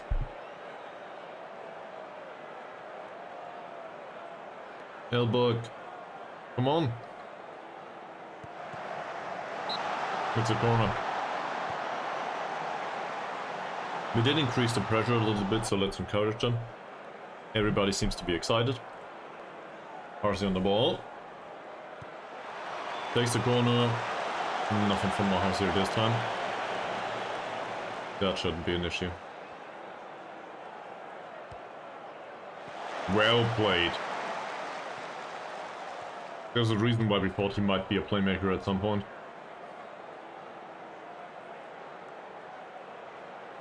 And considering the pass into space idea by Chernold, I think this is a good one. It's another corner. Nice.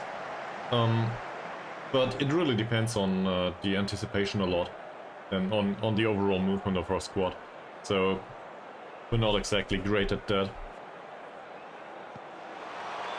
Harsey, Elbug, over the goal.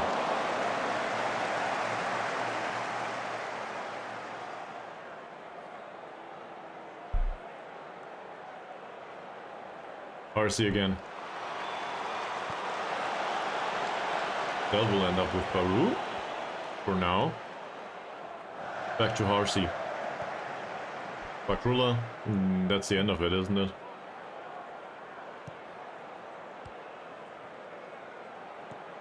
Zakaria. That's not offside. That's not offside either.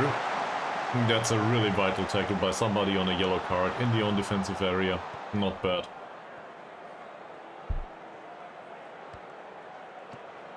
Zakaria. Diego out on the wing. There's a lot of space, exactly. Harsey. Back to Diego. Drifts into the penalty area. Harsey. Oh, what a shitty cross.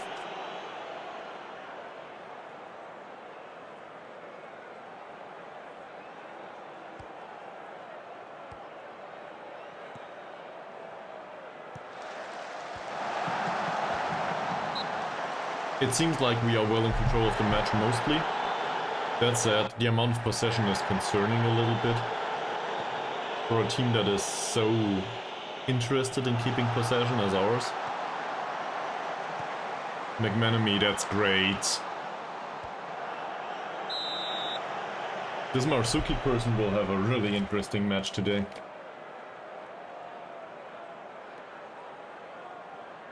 We might want to overload this, but I'm not sure if it, you know, might come at the detriment of some tactical flexibility, or I guess the creativity would be too focused. Baru, Elbug, Zakaria. Don't lose the ball, man. Great. Mazrin, Mahazir. That's an interesting long ball, and it's another corner. Why not?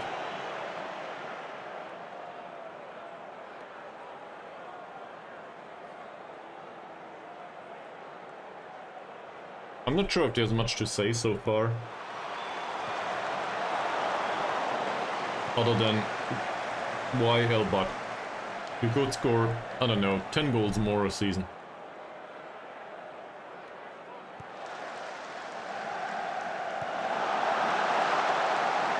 Good one. Claimed by the keeper, no problem. It was a very tight angle, but you need to make these saves too. Reasonable for now. Baru loses the ball. Badrul Hisham. No, that's Abdul Halim. Badrul Hisham's on the bench. He made his debut today. Bakrula, Baru again, Zakaria, Diego, Elbug, acres of space for Harsey. And he delays the shot so much that the defender actually had some time to get into its way. So, I blame this on Harsey. Should have taken the shot much earlier. Oh, come on, Mahazir. Why would you do that?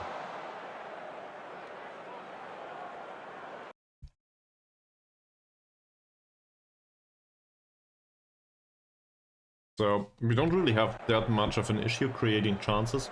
It's not high quality so far though. Corner.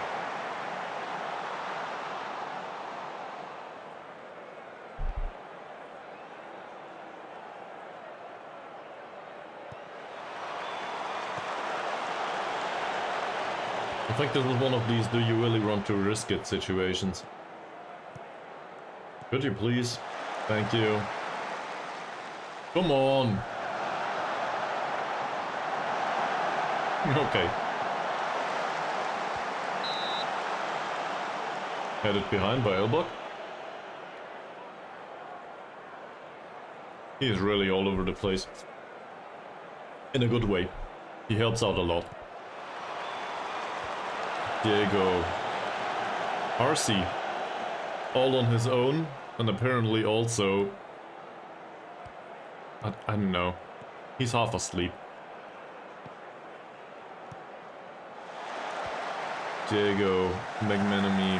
Back to Diego. No penetrating pass coming up. Baru. Yes. No. Wrong choice. Mahazir, back to Zakaria. Fakrula. And now there's nothing. I was really hoping for a chance there. There's definitely issues with build-up play, I think. The creativity of the players, or the, if we want to put it that way, the passing skill, in a way, is concerning. That went well, but the numbers didn't really add up in defense. Elbug finds Baru. Back to Zakaria. Diego. The opportunity's missed. Mazarin. Will he go past his man? Yes, he does. There's the floated cross towards Baru, and that's a corner. Long time no see. We definitely dominate a match, in a way. Not from the perspective of possession, but from the perspective of chances created. Reminds me of the match against, who was it? Selangor.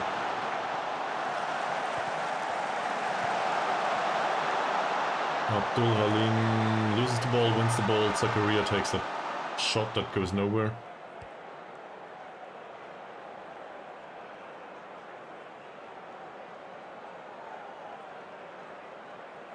What do we say?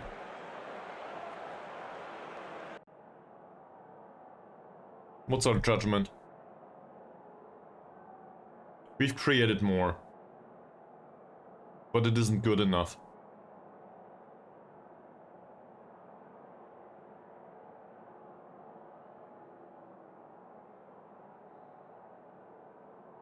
I think we'll be more demanding here.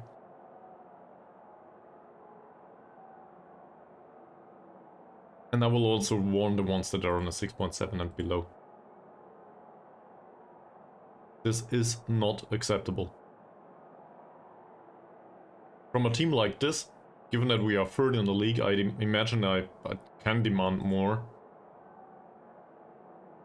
So we'll do it. Funnily enough, Chin Sum seems to be the one that is inspired. Great. Okay, short break, second half. BRB.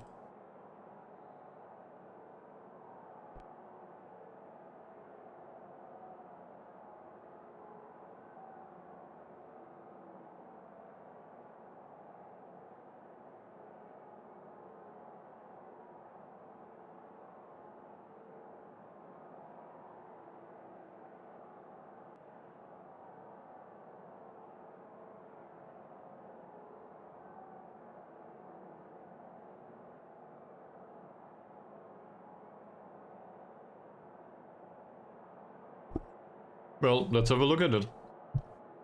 So, Zakaria does play risky passes anyway. He plays as a register.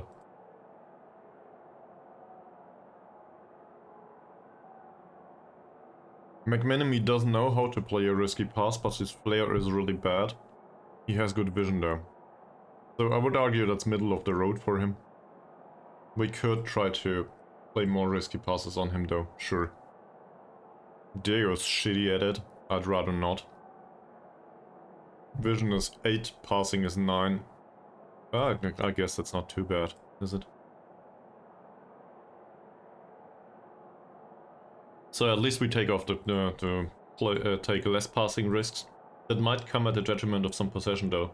So it's like, this is increasing the risk not only on the attacking side but also on the defending side obviously. And what was the other recommendation? Elbug, Zakaria, McManamy. Elbug. He takes fewer risk inherently by the role.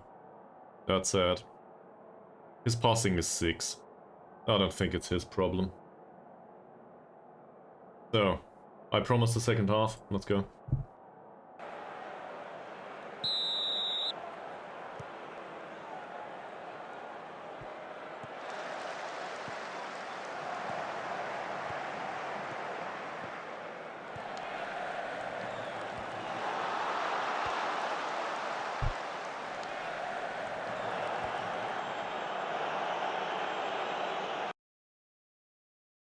And obviously I'll encourage him once more. No, that's not good. Diego well intercepted. Elbug. There's 3 people up front. 2.5. This will go back to Mazrin, will it not? Even worse. Mahazir.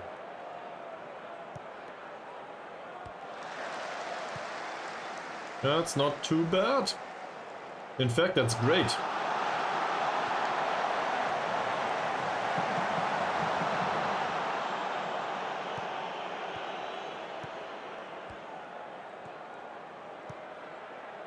Saleh with the dribble out on the left wing. Zakaria closes him down. You can see with the hair band.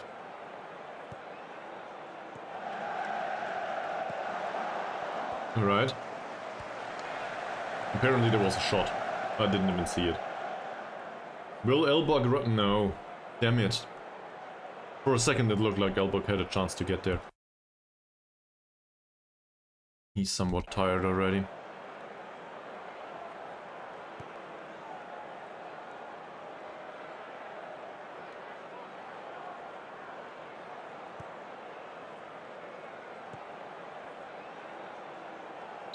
That's a foul.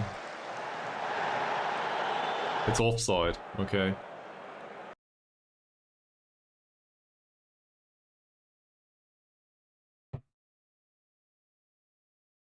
They distribute the ball in a short manner.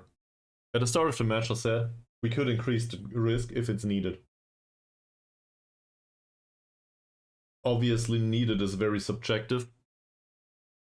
But nobody likes a loser. Or somebody that doesn't take risks. So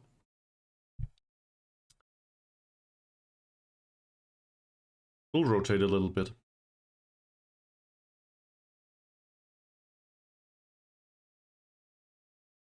Switch these two. Zakaria can play the Segundo Volante. This is a ball-winning midfielder anyway. Ahmad can come on. for additional build-up play through the middle. So that's not entirely opposed to your point. We do go through the middle here. How's Christopher?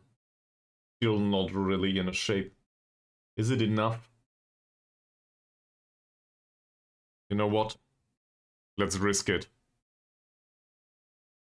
He can come on. We'll leave the rest of them as they are, I feel. Now we're going attacking all of a sudden. Still fairly narrow. Question is, do we want to force it through the middle? Well, the issue is, the middle is also where the formation is the strongest. So there's just less manpower on the wings, most likely. So if I force it through the middle, there's 2 men in the middle, even though they are exhausted. I'm not sure if this is easier, so I'd rather not touch it.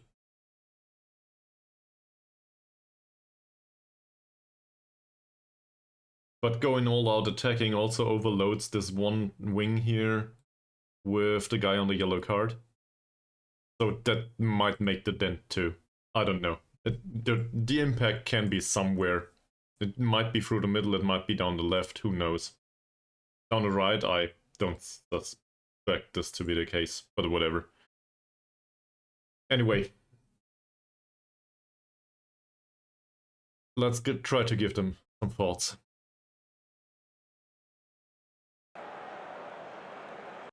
And I will shift to demand more now. This is not good enough. That was accepted for the most part. Elbug's really tired now. Sembilan did make a sub. Did they? Yep. Left back. Good crosser, pacey, bad dribbling, bravery and strength. Tackle him hard. What else? Not much to say otherwise. So we'll continue. That's a chance for them, apparently. That's not good. It's a corner. Okay. Come on, guys, you can do better. Zachariah's exhausted too. Do we have an additional playmaker on the bench? Ahmad is already on the pitch. Oh, Jin Soo-sun. What was that? Baru on the yellow now.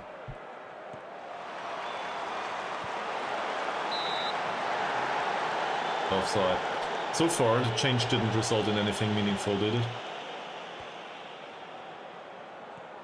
Quite the opposite, in fact. So it might be down to the player material, though. I'm not sure. That's alright.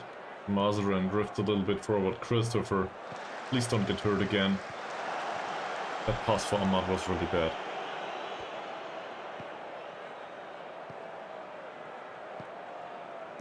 Well intercepted. Christopher, Ahmad.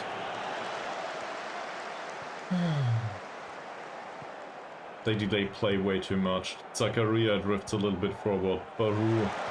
I should probably tell him to ease off tackles, come to think of it. For some reason it's never pre-instructed. What a tackle. Ahmad. Christopher. Takes the shot. That's nothing. Back to Masrin. Back to Avan Ghazali and Fakrullah. All the way back. This is not handball, guys. You can also force the issue if you want to. Or you just pass the ball around.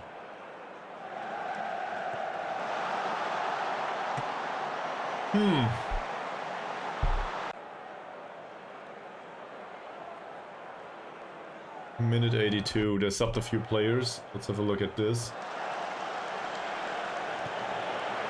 Ahmad on the ball.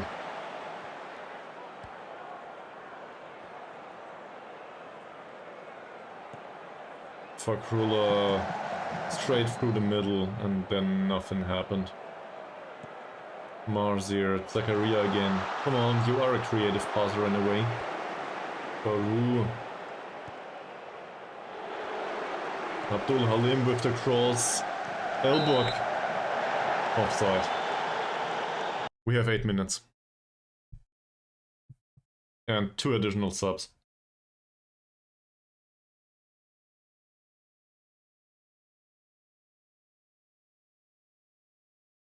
Zakaria is exhausted. Baru is exhausted and on a yellow. So that's an easy one.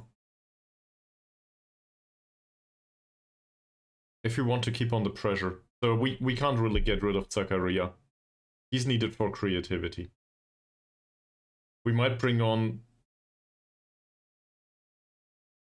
I guess, Kamarudin from Mazren. That or Mat Noor for Mahazir. He's exhausted. Then again, there's a bit of difference in quality there, so I'd rather overload here.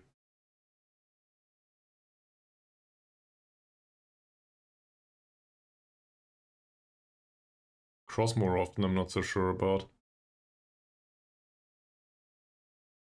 Yo, Bravo! Welcome back to the stream. Let's give them all we have. 8 minutes. Doesn't seem to be that much today.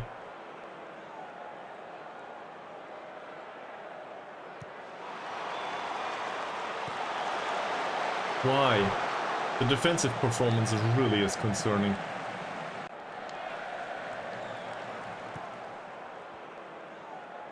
And I do not feel like the change in tactics was helpful, if that makes sense. Well done.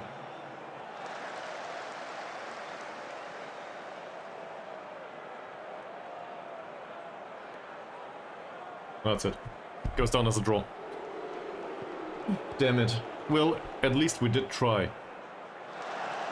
So, in a way this is useful, because now we can tell them that this has not been good enough.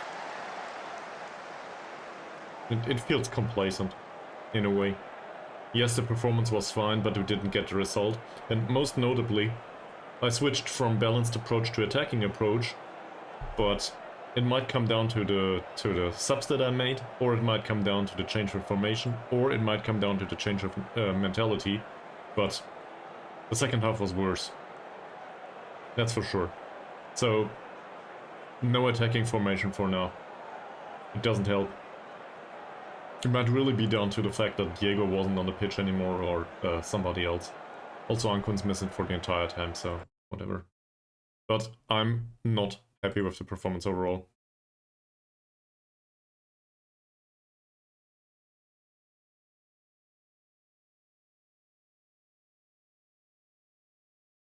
We took him off because he didn't play well. We took McManamy off because he didn't play well. Well, it might also be me.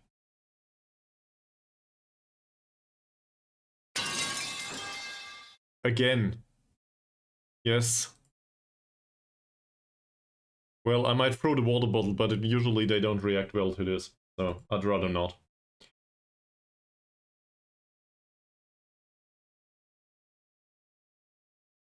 By the way, there was an update for the Stream Stickers plugin. You can now, apparently, well, I never tried it. I have no idea. But apparently now you can choose where to place the sticker on the screen. So, I don't know. There might be some new stuff in there. But I just read up on it about it on the Discord, like for 2 minutes.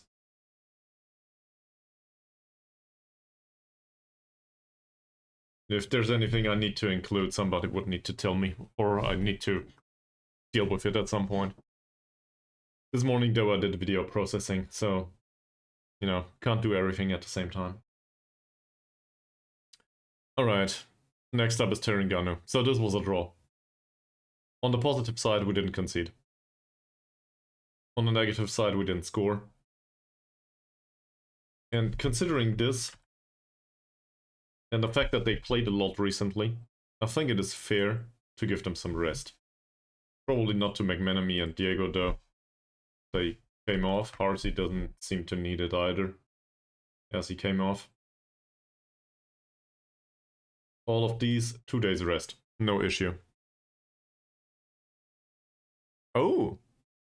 What's the description there? Is this something I need to do for my own stickers now?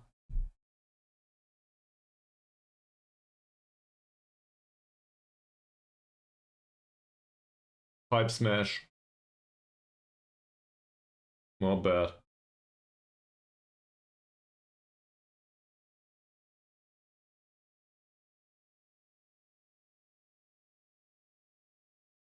I can include search terms now for each sticker. Interesting.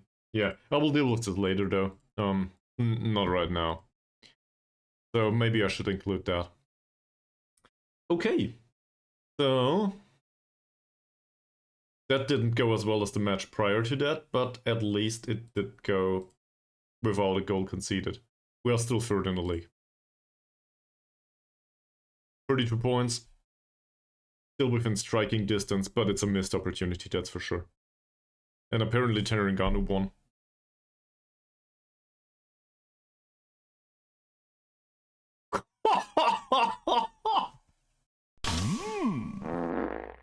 They had 6 goals against Kuala Lumpur City. Not bad. Also, apparently somebody was around to watch this. 6 goals.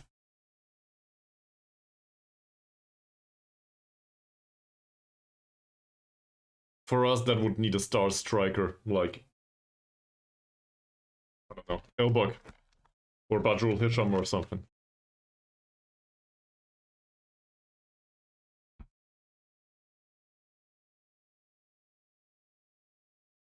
So our goalkeeping coach completes his qualification, same as Baharudin.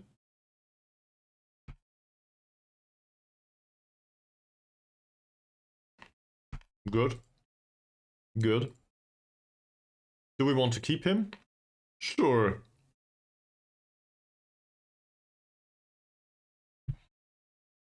At this point, keeping any of our stuff is probably a good idea. That should be easy.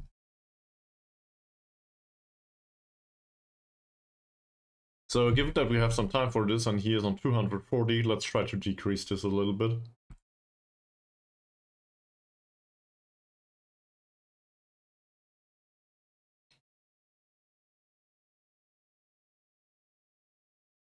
We'll do 230, man.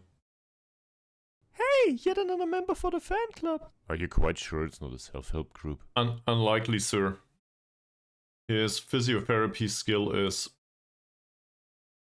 It's not even in here. It's a whole 1 point. So, he will not agree to this.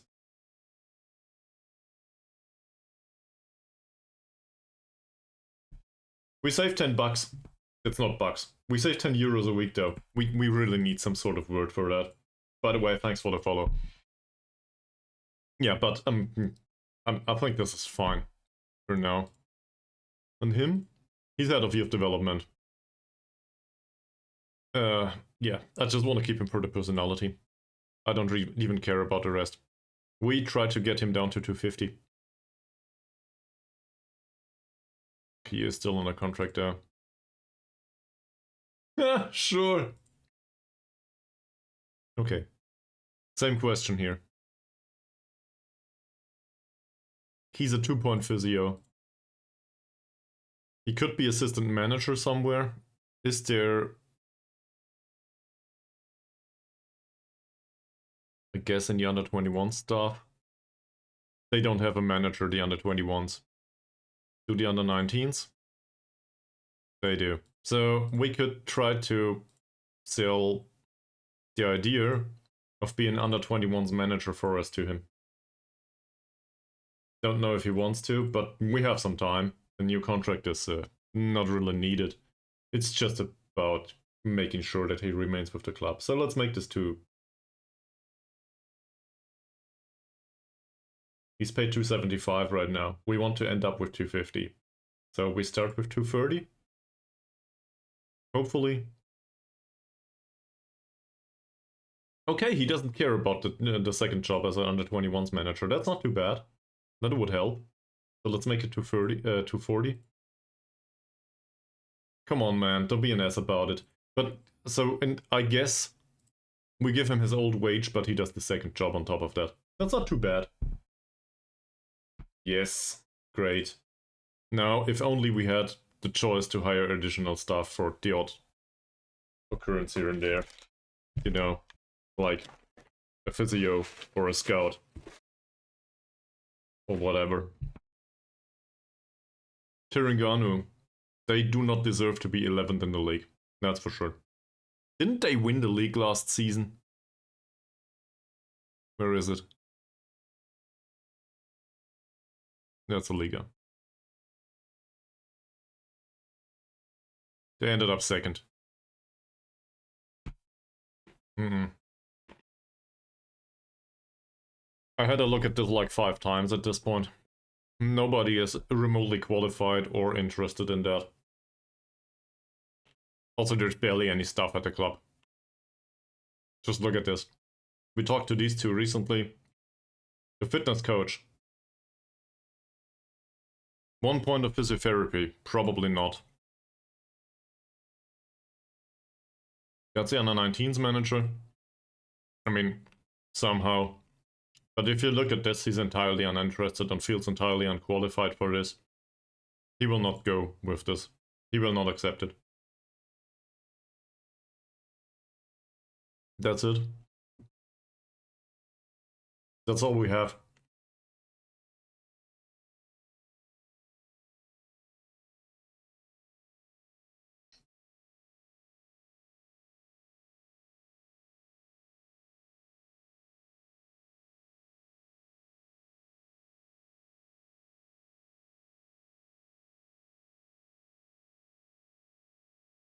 Would you please... His contract runs out. Would you please come over and work for us? It's 50. No, I can't. I would need a new contract, right? So I would need to negotiate my additional job with the board. And they don't want me to work as a physio because I'm unqualified. Which makes sense. Which, it doesn't make sense that we can't offer decent money for the physios and so on and so forth, but, you know, I ranted on about this for a season now. I have no idea what's going on there. In the end, I think it might come down to money at the club.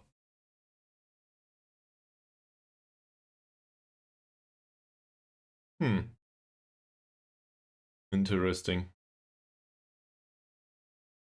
That's fine. Probably switch these two. Well, in fact, I think we can keep it like this. I don't care much about attacking against Harini anymore. That's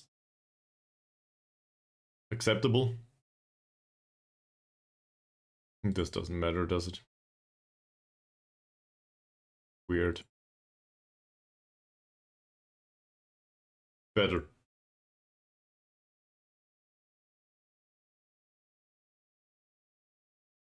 So,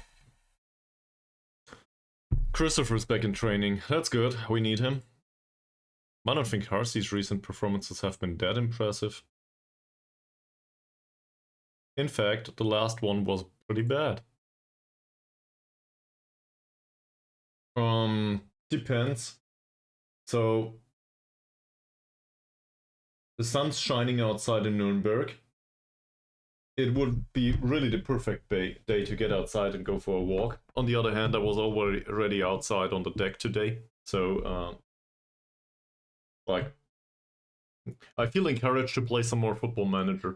That makes sense, because I'm having fun for now, and there's no particular interesting match coming up anymore. For me, at least. For me, there's the match of Dortmund at 18:30, so chances are in 3 hours I might probably wrap it up, latest. But on the other hand, that's still 3 hours to go. That might be totally possible to do an additional 2 or 3 matches. On the other hand, if I continue for 3 hours, I will probably be exhausted. Then again, we didn't have a longer stream recently, and there was no stream yesterday, so I might as well continue for 2 or 3 hours. No issues. Might come with a break at some point. But I hope that answers the question. I don't really have a strong opinion just yet. So, I don't know. If you all are around, why not continue streaming? If you all need to go somewhere, sure. Then we'll wrap it up at some point. But it makes sense to adhere to the audience, I guess.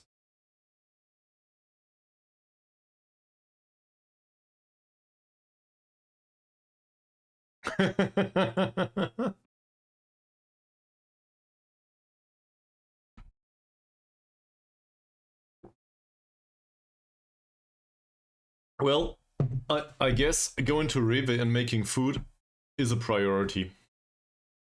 Food is important. I hope it's healthy food. Are we interested in Juan Servín? Yes, we are. Can we afford him? Yes, we can. But transfer window's closed. We can afford him next season. He's a mercenary though. Do we really want that?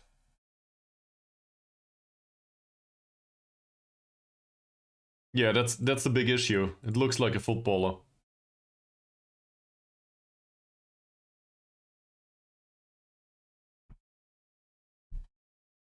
I don't think so, no. Well, in fact, I'm quite sure. I'm quite sure that I can't play him. It has nothing to do with trial list, though. It has to do with squad registration. All players need to be registered. He isn't. That's the end of the debate. One or two mercenary is fine. I'm not sure, man.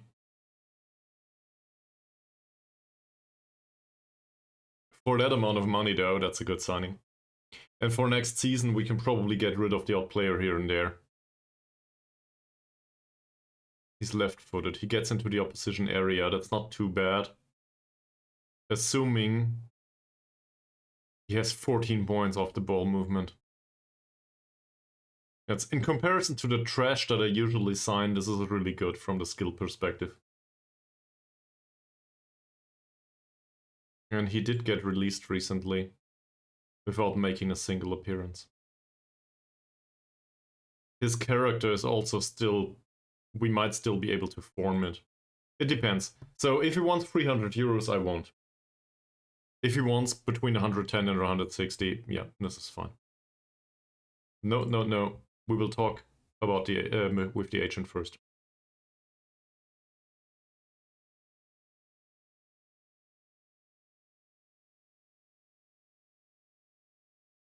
Between 160 and 210. Would want a contract until 2028. That's not too bad. Unfriendly relationship with me. So we need to increase the money for him. The demand for the contract until 2028 is locked. No issue.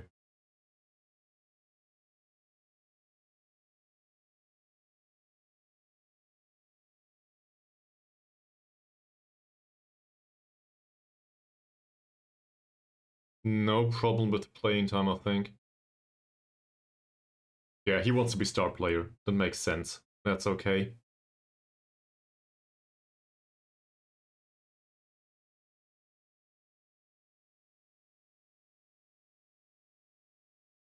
I think we are interested in lowering the wage, isn't it?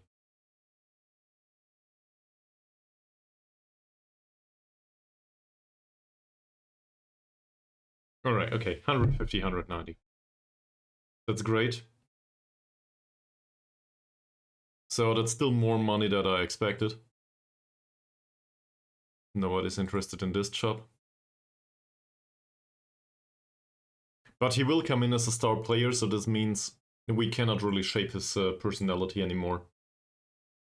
It's just the way it is. On the other hand, this is the kind of player that helps the club going forward. If he doesn't hurt himself. Well, 150 to 190, so say it's 160 or 170. That's money that we can offer and afford. And if we get rid of any of the more expensive players, with the exception of maybe Elbug, we will definitely have better quality for lower wages. So, say For example, we lose Ankun. I think his contract runs out. Ankun obviously is a good player, but I think this would still be an improvement.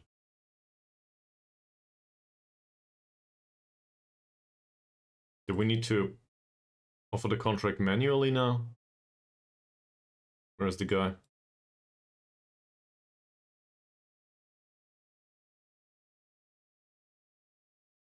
Apparently, yes. Let's go.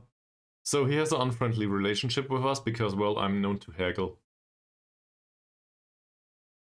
He wants to be star player. No problem. I wouldn't want him to take the penalties or the free kicks. I would want him to take the corners though. The problem is if I promise this, he wants to take all the corners. So I'd rather not. Promises are dangerous in FM. Star player though is totally appropriate. No issue. The estimated wage here, well, it's too low, but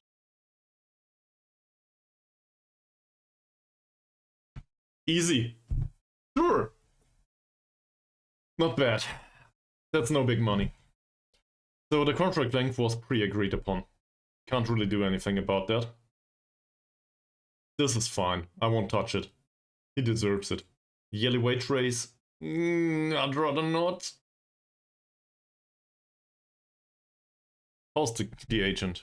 It says he looks to get the very best deal for the client and himself, but he's not prone to get out of the negotiations immediately. So we throw money at the agent. Yeah, sure, he can have that. Appearance fee of 30 euros is fine. This is strictly appearance based. No, performance based.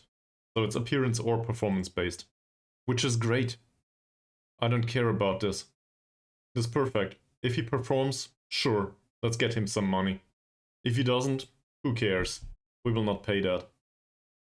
So we'll throw money at the agent and reduce his wage to 120.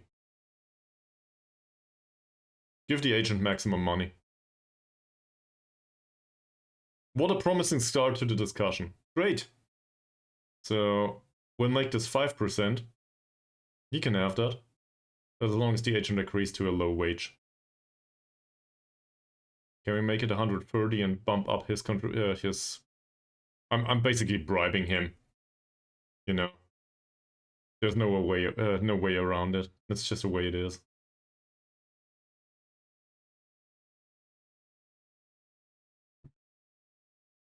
And now we keep this for now and renegotiate it to piss off the agent. Don't worry, I will keep the agent fee in. But this doesn't need to be here.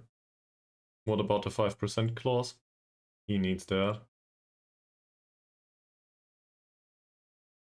The issue is also he's a foreign player, right? So we need to get rid of another foreign player. I don't know, Da Costa Lima or somebody. Somebody will need to leave. That's great. Appearance fee? That's needed apparently. So we get rid of the loyalty bonus. He's a mercenary, he will not be loyal anyway. First other club that comes, the first opportunity that comes, he will take. Great, no issues there. So, shall we reduce some of the bonuses now?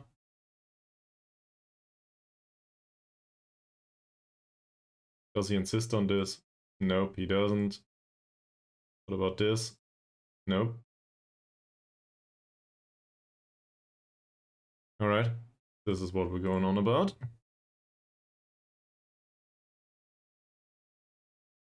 Top goal scorer bonus.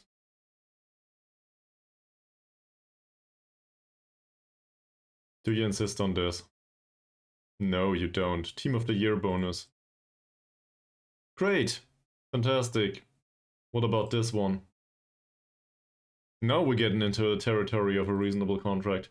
Now we will just put in here a 1-year extension after league games if we avoided relegation. It will not come to this, but okay. That's not a possibility. Fine. If he agrees on this, we will obviously offer a trial so he can hang around Malaysia already and learn the basics of the language. And I'm actually considering offering him a language course. I think this is very, very high quality for us. Can also take a long shot.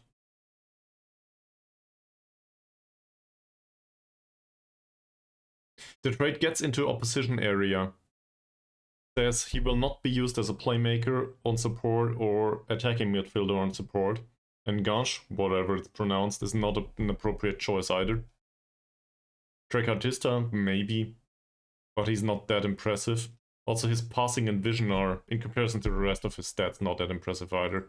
I think this is actually the first time ever that I encountered somebody that can play Shadow Striker and really be good at it, in comparison to what we usually have as playing material there. So that's probably what we'll do. In combination with Elbug.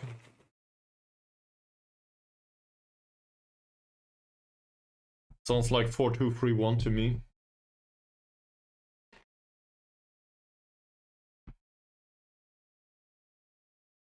Some of the other players might be devastated if we sign him there. This is really good quality.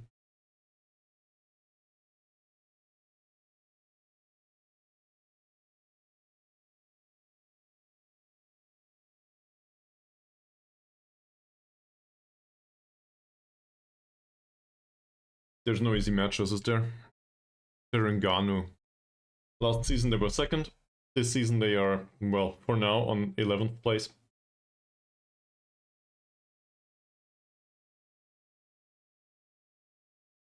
Hassan.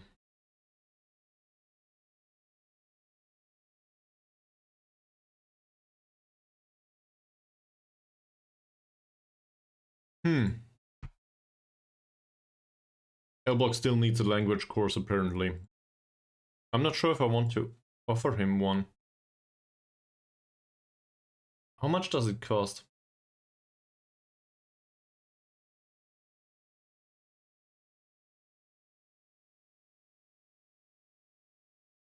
Oh, there's new signings. Yeah, that's a good idea. Where the hell is our professional player? Kamarudin, would you please say hello here? Perfect.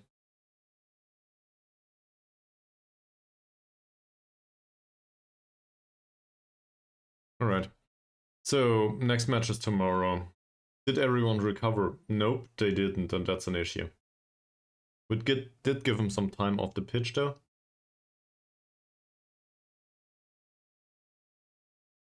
Let's wait until tomorrow. If match load is still heavy, we'll need to rotate.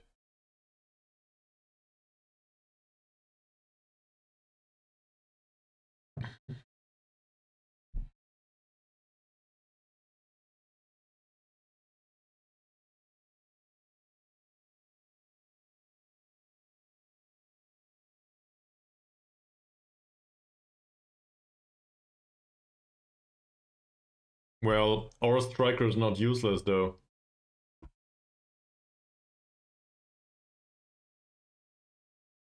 He accepted his new contract, so we save 10 euros a week.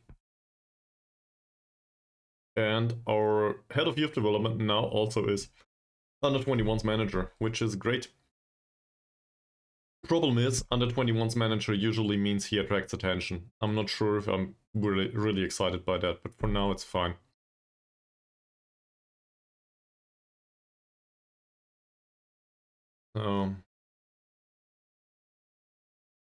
Okay, tactical meeting coming up. We will need to deal with the players first.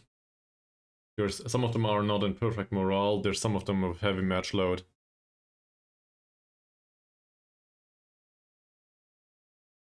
Yeah, but on the other hand, isn't this what's fun about semi-pro? At least partially. It might be annoying for a season or two, but you will make it out. Oh, bravo. Alright. If this is not great form, I don't know what is. He's not in perfect morale, so we can praise his form for sure. Very good. End of discussion. He is under medium match load, he'll be fine. Halim will be thrown off because Badrul Hisham is available. Hopefully he can repeat his last performance. Let's just put it that way. Why particularly Wrexham though? I'm not... Like, I have no idea about English football, so why Wrexham?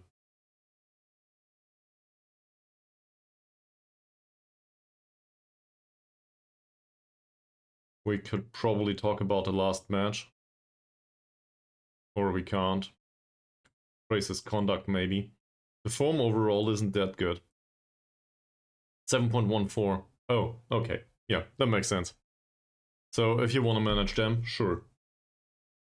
Good luck with that. Stepping stone.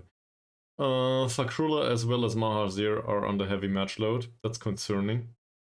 Given that Keryer is gone, I guess either Noor needs to play from the start. Not the worst idea, but who of the two will be rested? Fakrullah trains well. No issues here. Mahazir, even better, as always.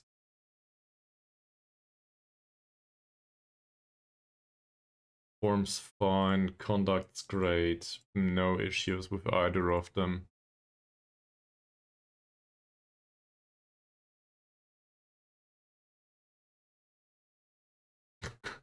Oh. We will play Noor for Fakrullah or for Mahazir. I don't know yet. Like this. Who cares? Mazren will probably need to rest at least a little bit. Kamarudin. Sure. Ahmad to Fakrullah. Fakrullah, there we go. So Fakrullah is the better defender and he's way faster. Ahmad is very slow. Ahmad is very good in the air though. That's unsurprising given his 14 points of jumping reach. So really all Ahmad can do is jump. And if, well...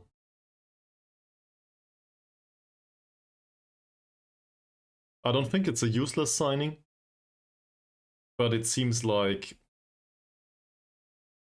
not giving him playing time and him being hurt didn't exactly help him. He needs to develop somehow. And as you can see, might have problems with injuries. This is concerning. So chances are Mat Noor will probably have an easier time developing in central defense. It's a bit weird, given his jumping reach and strength are low.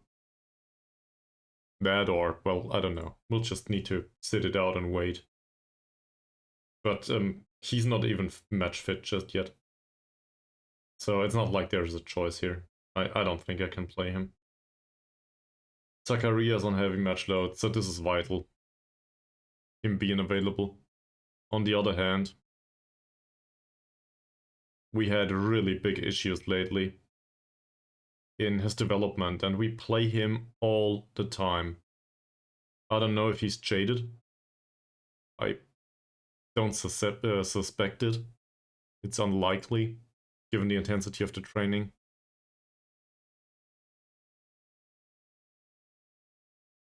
But why? We did start him last match as a right defender.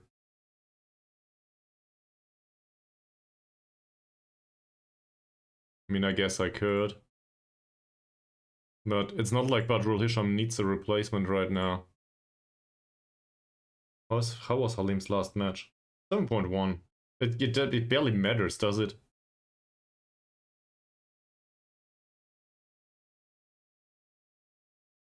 Well... So, we need a replacement for Zakaria. McManamy, maybe? Most likely not. But he's not in good morale in comparison to Badrul Hisham.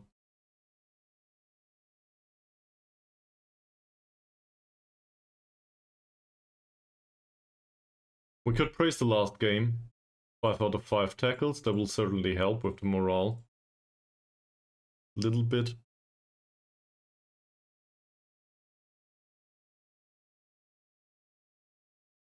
What's the issue with him? That I will not do. Come to think of it. The lack of tactical familiarity is a no-go. So we will stick to Fakrullah. He will need to suck it up.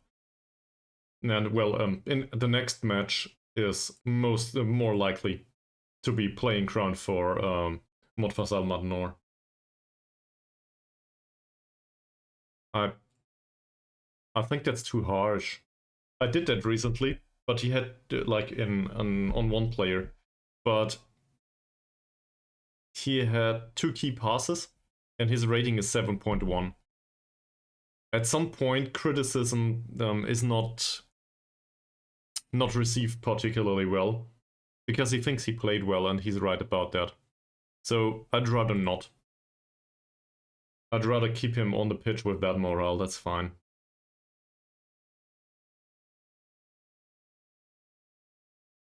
I need a replacement for the register. That's really hard. Ankun's back.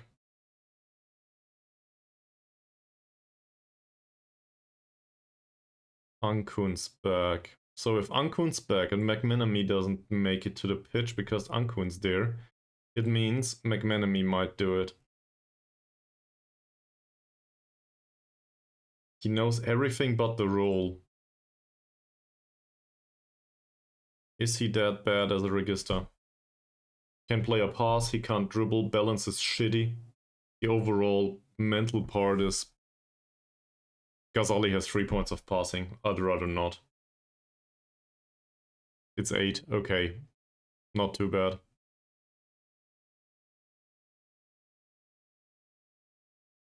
That's even worse than Ankun. Not Ankun, than McManamy. I don't think so. We signed him as a ball-winning midfielder if it comes to it, and well, that's obviously also a possibility. Just play him in another role. In fact, that's not too bad. Then again, we might as well instruct him to ease off tackles, dribble less, shoot less often, basically to do nothing. That includes some risk. This formation is about possession more or less anyway. There's also the possibility to play a Mat. On the other hand, he didn't know. Ankun is not much better at it.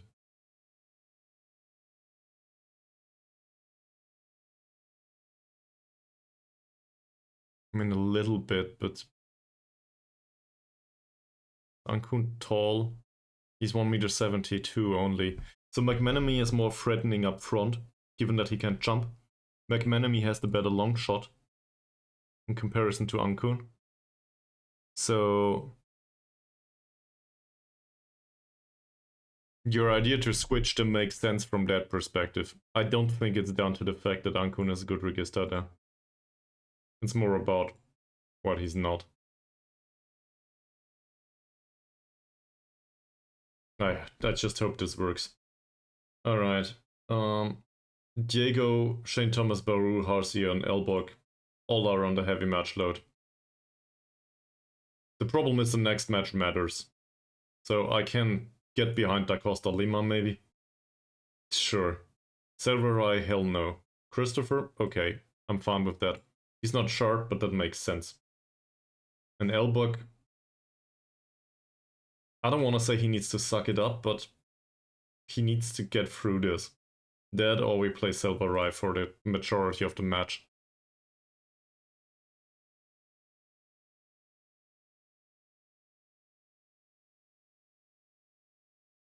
Yeah, that improves the decision making, sure. So for one match that it might have an impact, it might not have an impact, we're not entirely sure. But you have a point there. But I also think you have a point from the perspective of the attributes. In particular the long shot. That makes sense. So McManamy is somewhat of a threat from distance. It's really weird though. I instructed him to shoot less often because his finishing is so bad. Decision making is decent though. On the other hand, I don't want him to shoot more often either. Then again, his long shot is better than his passing. I don't know. McManamy is weird. But we knew that from the start, back when we signed him. It does not make sense not to bring Mr. Zakaria with us though. He's captain after all. Needed. Also needed to a degree. We could... No, he's needed. Ahmad? We don't have another attacking midfielder, do we? So I guess he's needed.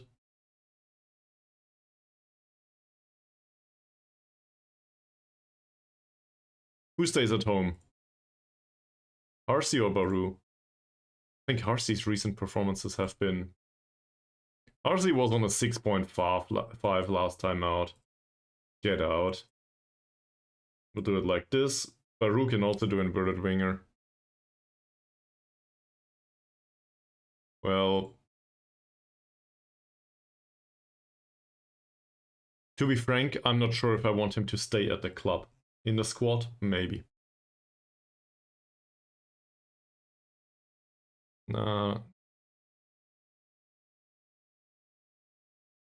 Yes, but if I can avoid it, I would actually like Zakaria to sit this one out. So, my thought here is, I witnessed this time and time again, and I'm not sure if this is overinterpretation or if I'm just wrong about it, or if this is actually a thing. If players play week in and week out, but in particular if they play 2 matches a week, it seems at some point their development stalls. Because they don't have time to rest or whatever. There's no development with them anymore. And it feels like Zakaria hit that wall. But it might be due to the fact that we overplay him. If you look at the amount of game time he has under his belt, that's a ton for a 17-year-old. He's still 17. So, for him to rest for a match or even a week will probably help his development is what I'm going for. And I might be entirely wrong about that. Usually it's the other way around. Yes, I know. But in Diego's case, let's just say I think I've given up on the prospect of Diego's development, given that he's 27. So, I don't consider this to be a possibility for him to develop in the future. We're also stuck with him because I extended his contract. But, look, this is not the worst player to have. But he certainly won't develop much. Well, there might be some development once the physicals go down, right?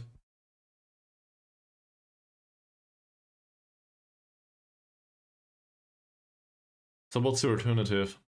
Well, no, not alternative. Elbug Chagtsel here. He's 26.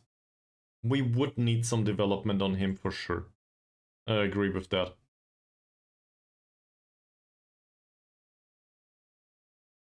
True.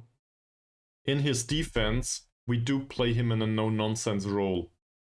He plays short, simple passes, doesn't dribble, doesn't take the long shots usually. He's basically playing in a role that adheres to his strengths. And his strengths are don't do anything stupid. No, I don't think so.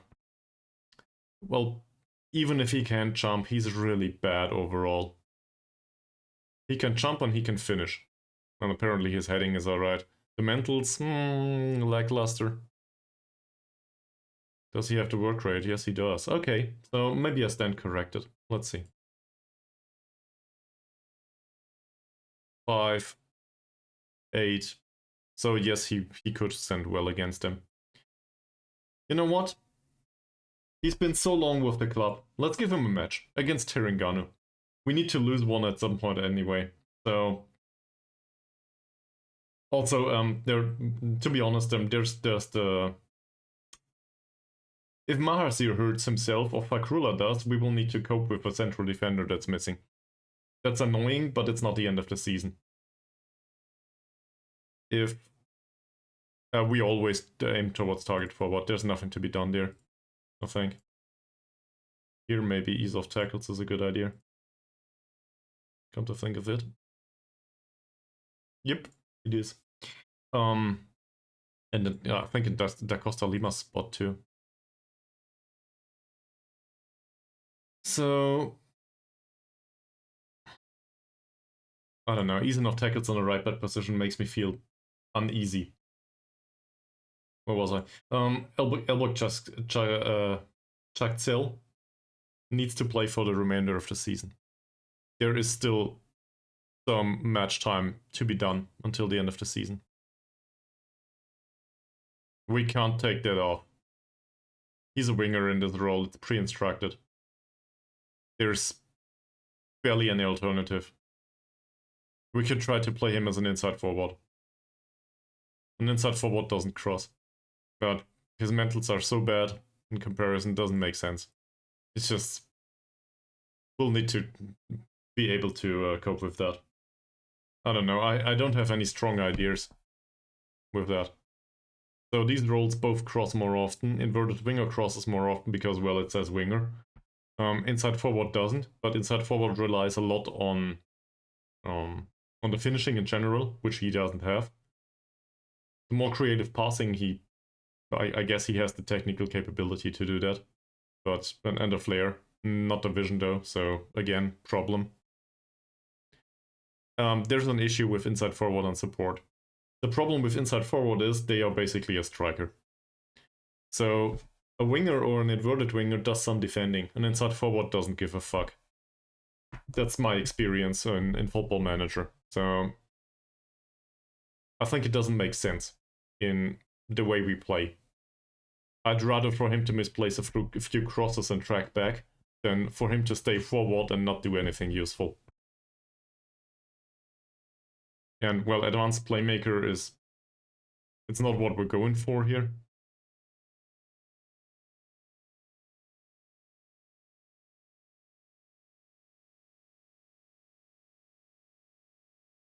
Once upon a time that happened, yes. And I feel like this shows that it's appropriate to play him that way, despite him not being a good crosser. There's so much bad about him. I don't know why I signed this guy. I guess I was swayed by the fact that it's a foreign player and I wanted somebody. He'll probably go out on loan next season. We'll just give him to feeder club. Okay. No, it doesn't. Any winger crosses more often. Anything that says winger crosses more often, as far as I know. I'll happily look at it, but it does. Like, cross more often than it's on for this. Cross more often is on for on support. Cross more often is on for inverted winger. It says here. No, it doesn't. So inverted winger dribbles more and cuts inside with ball, but he can't dribble either, and I don't think cutting inside makes sense. Cutting inside basically sets him up straight in the area that is attacked by McManamy. That doesn't make sense. And then we have inverted winger on attack, but same issue. So I'd rather not. I think we need to how do I put this? In German we say die Kirche im Dorf lassen. So roughly translated, leave the church in the village. I don't know how to I guess putting the cart before the horse might be an alternative way to phrase it. Yes, but it like there's nobody on the wing then. It doesn't make sense. Then McManamy would need to stay back, and that he's useful up front. So that's just the way the formation works. Playing with a winger. We could also just play Baru, but I think we'll be fine. Let's have a look at the opposition though. So I know. Still, I'll stick with it. I appreciate the feedback, but I think this is an appropriate way to do it. Given that he's also used to it, he wouldn't know how to play another role anyway. So let's not try to make him something that he isn't, and let's not try to just due to the crossing. Let's not try to revamp the way we play. with him. He'll be fine. Maybe it's a draw, maybe we will lose a match. But it will be okay somehow. That said, you convinced me to put Salvarai up front. So we need to come up with a tactic that includes him. Which in this case means jump, jump, jump, jump, jump, and floated crosses. So we float that stuff in towards Salvarai. This is towards target forward. This is towards target forward area. Same as here or here. These two, sure. Everybody crosses towards target forward. He's a 13-point jumper. Sadly not a 16 points. So he might stand a chance there. Definitely way better than they are in terms of jumping. So let's have a look at this. Passing is 6. His passing is 3, so this is really not concerning at all from the perspective of build-up play. We will ignore him. Bravery and dribbling are rather low. I don't know if Salvarai can tackle. Well, in fact, I think he can't. He does tackle harder though. Just that's inherent to his role. So let's make it normal tackles here for him not to tackle too hard. I'd rather not have Salvarai thrown up the pitch in his first appearance from the start. Where am I? Left back. Knocks the ball past the opponent. Crossing is not that threatening. Passing is even worse. Let's let him show. Let's show him to the inside. Same on the right, I think. That makes sense. There is no real issues with the central defender. Passing's bad. I'd rather not tackle him hard. All good. Right midfielder. He's either-footed. Not particularly impressive. Composure's low.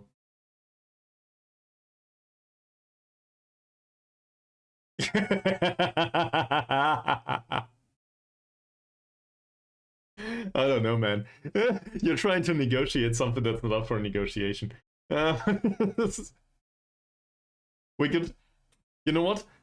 We could try Da Costa Lima in this kind of role in the next match. In the next match, I think it hardly matters against Harini. Also, by the way, I snoozed the ads for a while now, so I will need to snooze this again. But this means they will need to endure an ad break prior to the match. Quite a long one, because I can't snooze him in the match then. So, he's right-footed. Let's try to have a look at this. His passing is really good. He's unambitious, vision is bad, decision-making is good. Player is not that bad. This one needs to be marked out of the match. For sure. He's dangerous. Nor Fawzi. He's also weak. His bravery is low-ish and his dribbling is most likely a 6 or something. So normal tackles at least. We have no idea about Kumaran, so we will not do anything. This one. Good dribbler, right-footed. Better passer than crosser. Definitely show him to the outside, no issue here. You think so? No, his first touch is great though. His composure is most likely somewhere around an 8. I don't think that's needed. We will just give away space if we press him, so I disagree here. Respectfully, but I disagree.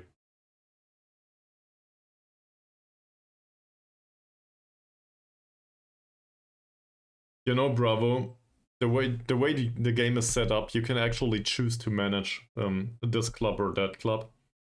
You don't need to wait until they want you to.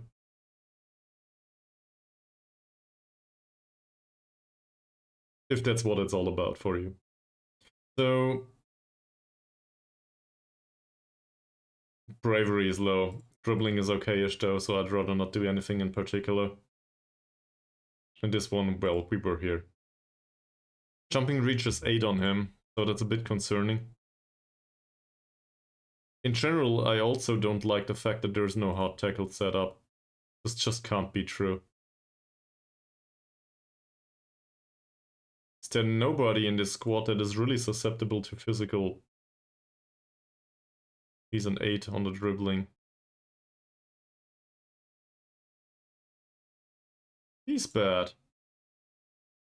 But Silverroy doesn't know how to tackle, that's why we didn't do it. Weird. Feels weird not to hurt anyone on a footballing pitch.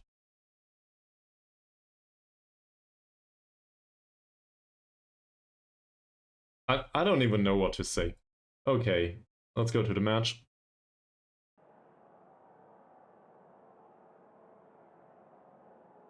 So I think I will go with encouragement actually here. This is at home. But some of these are new to the squad. Or at least they don't play on a regular basis. Ankun just returned from injury. We do play Maharzir and Fakrullah. Alright. Everybody take a break. We will see each other in 2 minutes. And then we will make it through the match. See you.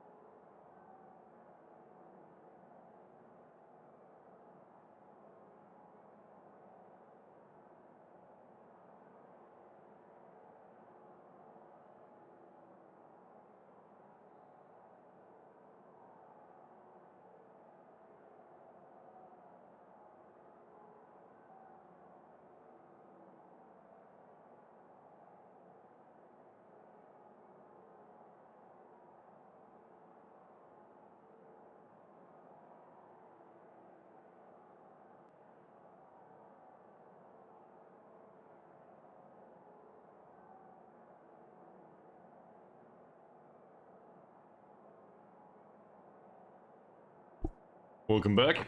Let's go. So, Silverray starts the match. That's new. Also found a sausage. The most German way to eat. Randomly strolling along and finding a sausage somewhere.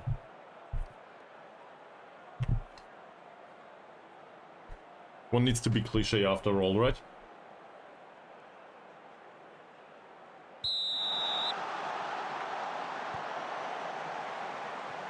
Good luck, guys. You will need it.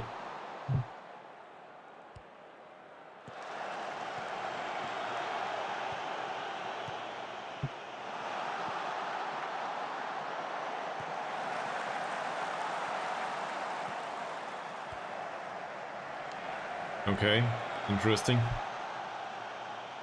So he put it out this time. Hopefully that will be the only occasion that they have a chance, but it seems like... Oh, McManamy, why? It's just a corner. My heart stopped for a short bit here.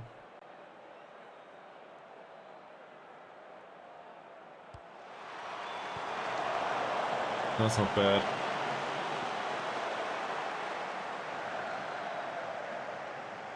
Kamarudin, first throw in. Diego back to Kamarudin, nice one. Christopher cuts inside, Christopher shoots, Christopher doesn't hit the target. It will take a while until he gets to the level of Choo-Choo.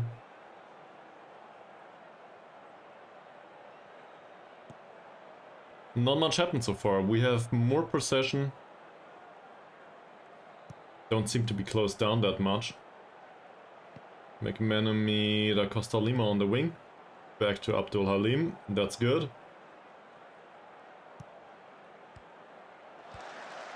He drifts inside anyway. He doesn't care. See? No issue. Ankun, Diego. Look at the lineup here. So we have Halim out there. Da Costa Lima is a bit more on the inside anyway. But he would probably attack the space of McManamy otherwise. Christopher. Intercepted. Christopher.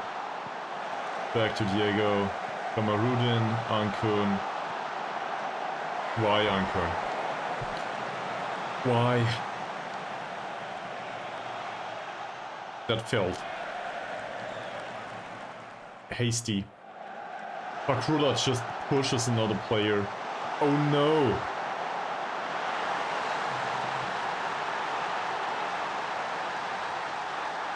Should have played Badrul Hisham. Why?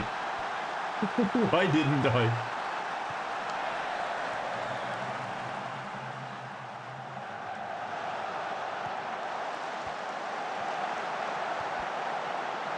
The entire situation, that feels like slapstick to me.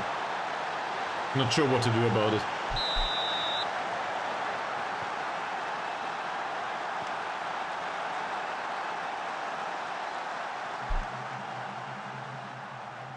We'll definitely demand more now.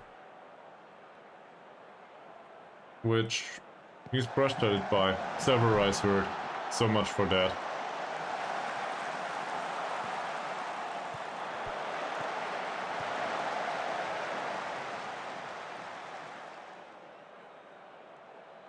Well, good debut, Silverai. And we're going back to Elbug. At least that resolves one issue. It's his 50th appearance.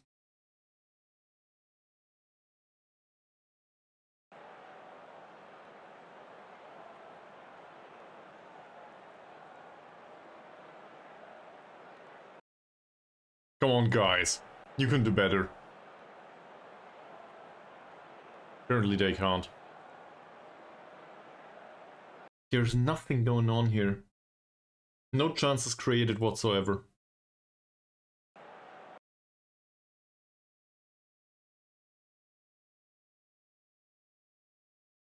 Let's take a few more risks here. Take a few more risks there. Take a few more risks everywhere. Should suffice in terms of creativity. And Da Costa Lima will come off for the second half. Nothing happen if nothing happens there.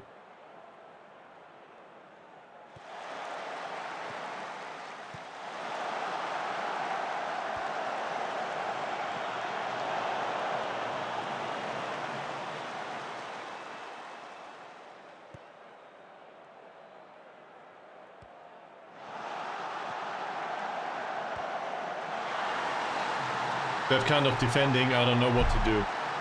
They win the ball, and then they are unable to clear it. Nobody kicks it away. That's the second time in a row now. Mendruk with the long ball. Former player of ours, by the way. It's well intercepted, it's all done. They just need to kick it somewhere.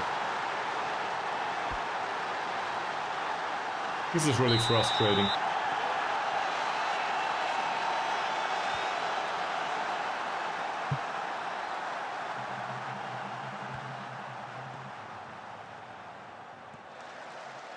They didn't even create something.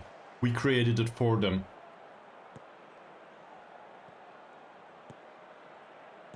I'm not sure if it makes a difference. Elbug, back to Kamarudin. Diego. Good idea to take the shot there.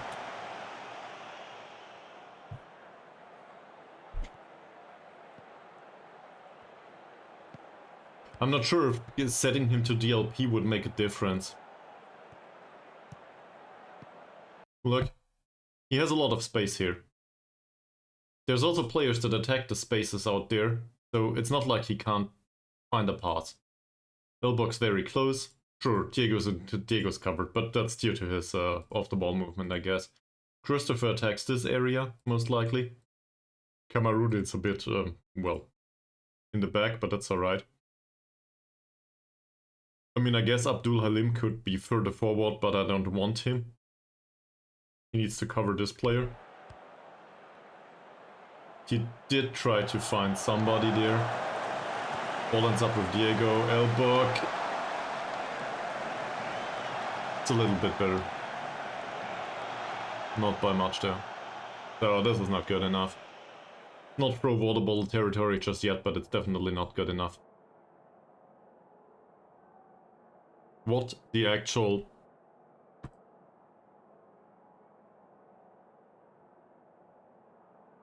You've all been bad.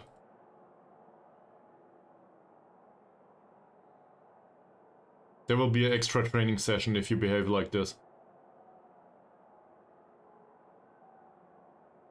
Now they're anxious and disheartened and so on. Oh, come on. I was too aggressive.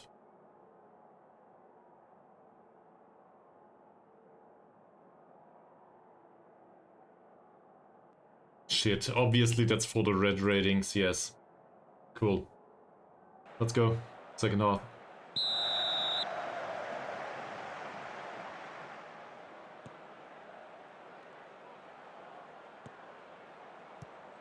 We could also go attacking, obviously, at some point. Not too bad. Maybe press them a little bit more.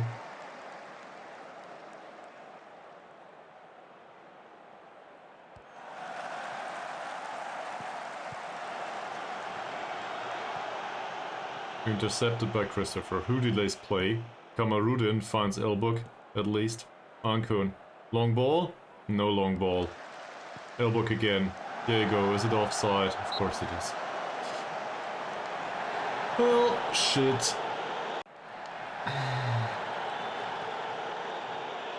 Minute 46. Ball on Mahmoud. That's well intercepted. No issue there. Bakrula finds Diego immediately. Kamarudin. Christopher. Not bad. Got inside. He doesn't really, but it's fine. Elbug hits the crossbar.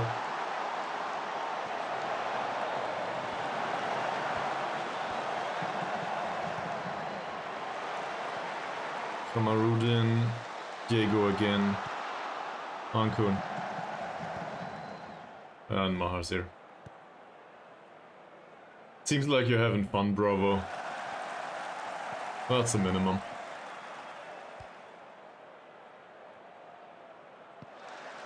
Fakrullah, back to Halim. And Fakrullah again. Ankun. Oh, come on. That's very concerning as a pass. We got really lucky there.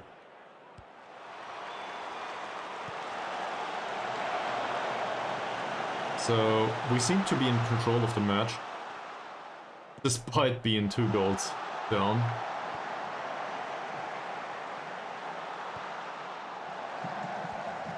Da Costa Lima cuts a little bit inside Diego, and it's another one that doesn't hit the target. Not sure what to do about it. Minute 52. Alright. Ankun lacks self-belief. Well, I guess he can have it. We'll switch these. Zakaria makes an appearance. No, he can tackle harder. Dribble less, please, though.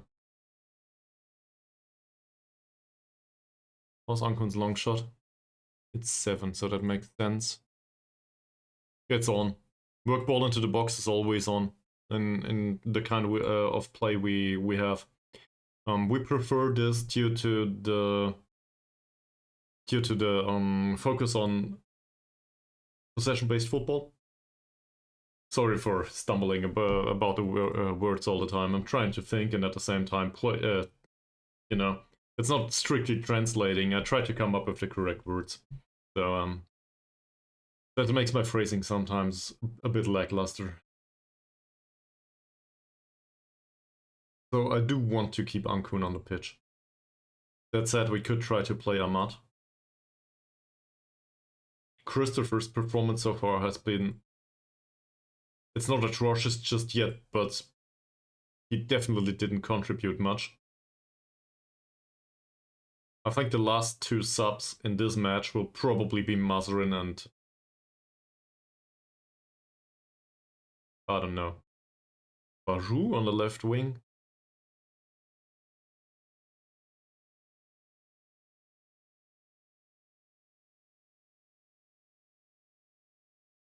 There's definitely pressure. A lot of it, actually. How are they doing? Not that badly.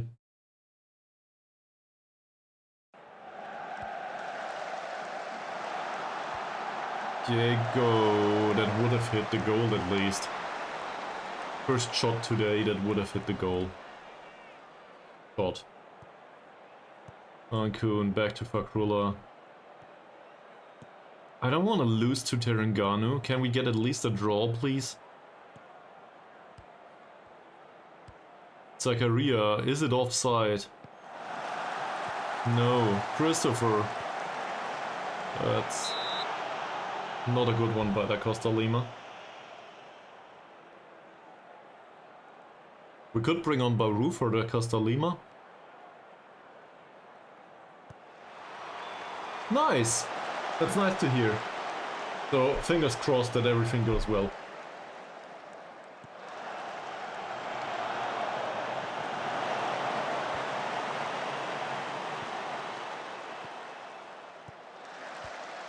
Not bad. Back to Maharzir. There's definitely a difference. Zakaria on the pitch is just useful.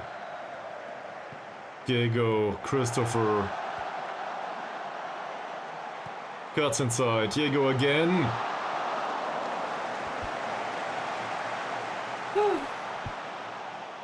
Why?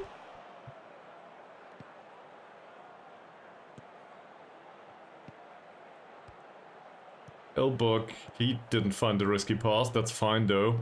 Christopher. All the way through the middle of the pitch. Is it? Yes, it is. What an assist. Wow. He made it all the way from his position on the left wing to the right wing, straight through the entire team, overlapped their left back, and managed to play a pass for Elbug Chagtsel to put away. Now we have 30 additional minutes. And apparently it wasn't an offside situation either. I'm not so sure. They subbed a few players. Let's keep this thing on. In fact, they subbed all of them. Well, we don't know anything about him, so... Great! This is fantastic. That's better. Bravery is low. Strength is low. Dribbling's high. We do not have central defenders that are on a yellow right now. Do we want to get them banned? Well, I guess if we want them to get them banned, it's now. Yeah, but the other one can't. We do still float crosses. We might go with mixed.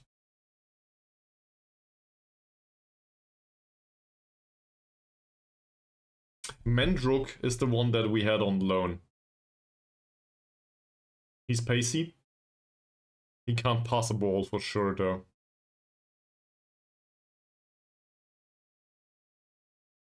Let's keep it like this for now. And I think there's an argument to be made that we should probably start pressing higher up on the pitch.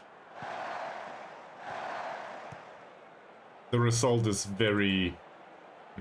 how do I put this? It's not really unfair, given that they were really clinical with their chances. But it feels a bit... In particular in the second half, we didn't do anything wrong for now. It's two individual errors, or if you want to phrase it another way, they were just clinical with the opportunity that we presented to them. Alright. We go positive. We push up higher. In fact, a lot. We trigger the press a little bit. I won't change the formation. I don't feel it's going that badly. We might restrict the space too much now. Oh, they changed formation. Interesting. So Mendrock in DM, that makes sense. He doesn't know how to play there. Great. You want to cope with this like this? Sure. We'll go attacking.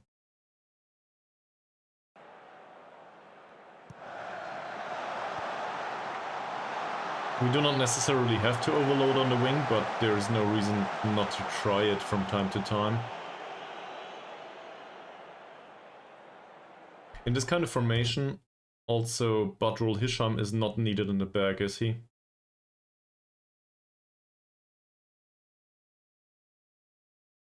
But we do need to increase the pressure. This person can run, but he can't defend for sure. He's really bad at this. This one, neither. So we overlap on the left. We bring Baru on to replace Da Costa Lima. That's about time, I guess. Kamarudin can come off. He's on a 6.8, but, well, the alternative is to bring on Ahmad.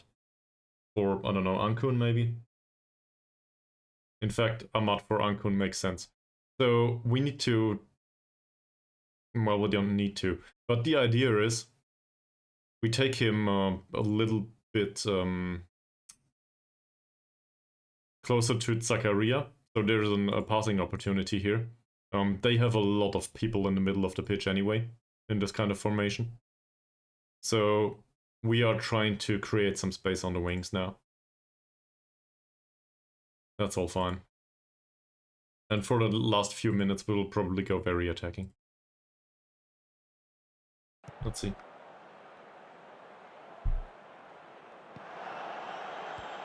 Elbug Ankun. Elbug again. I'm not sure if somebody wants to be the special one, to be honest. But if you think you want to be, sure.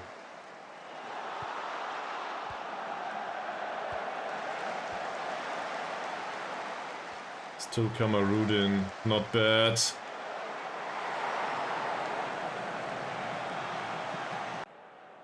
He needs way too many of those, doesn't he? Come on, guys. You can do it. 10-2 shots. We need to at least get a draw from this. That's fine. Here you go.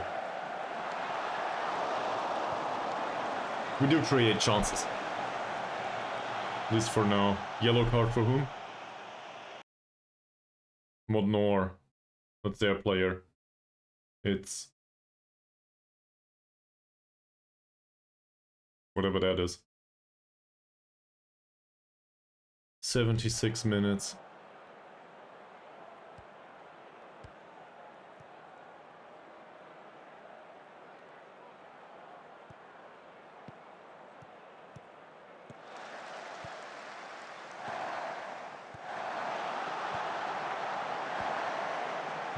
That's not a bad cross. It's the first good save by Chin Seo-sun today. In fact, he probably could have saved one of the other two shots. That would have helped too.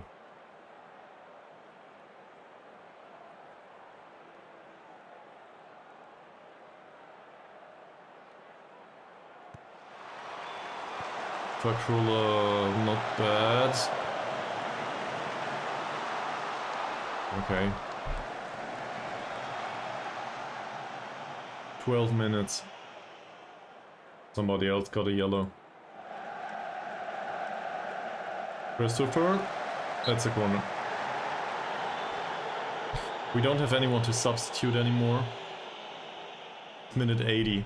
Too early to bring forward the goalkeeper, I think.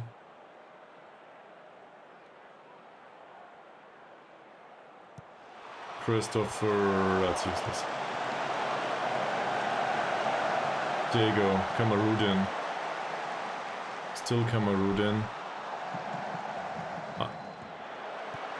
I'm not sure. We do create chances here. Switching to the other formation doesn't seem to help much. So in the other formation there would be another, you know, an attacking midfielder, but at this kind of setup, he really has a hard time finding space that is not attacked by Elbug already. We do need the player in build-up play though. Ahmad here for Diego. So I think it's better to have somebody on support duty here, and Ahmad makes sense there as a playmaker. He knows how to pass a ball. So it's not about the opportunity for a penetrating pass, but about creating them. And basically, I'm trying to increase frequency of chances and not frequency of opportunities. That makes sense. That feels weird. I'm not sure if that's the right way to phrase it.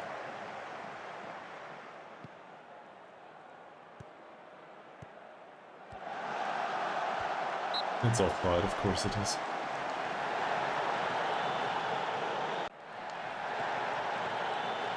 And I do prefer a 4-2-3-1 in general, but I don't feel like we have somebody that is really capable of doing the attacking midfielder there. Not yet. We signed him. It's another corner. Let's go. All out attacking.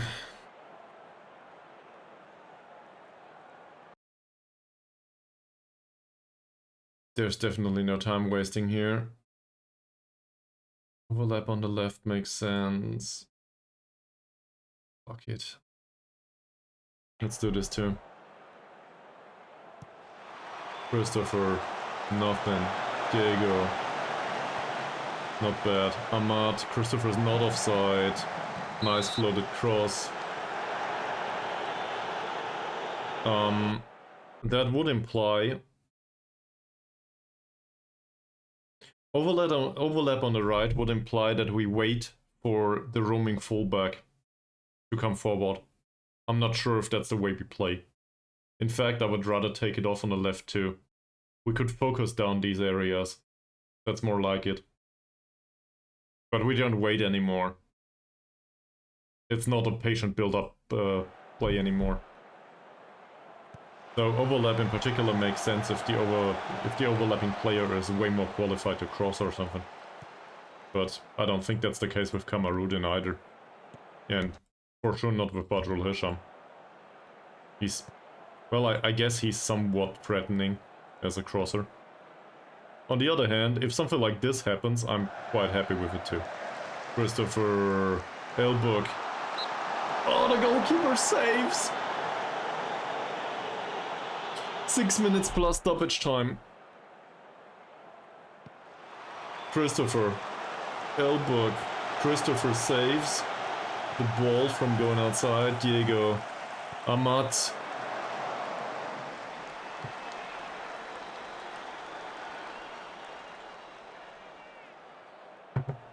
We are well in control of the game.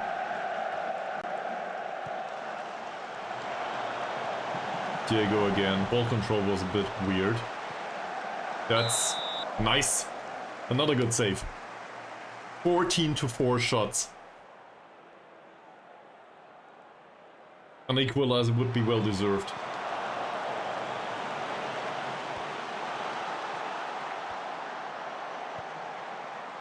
That's offside.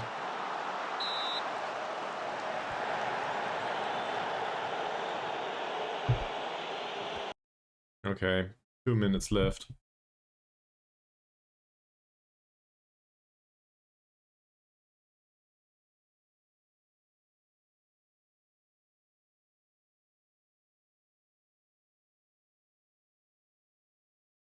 What?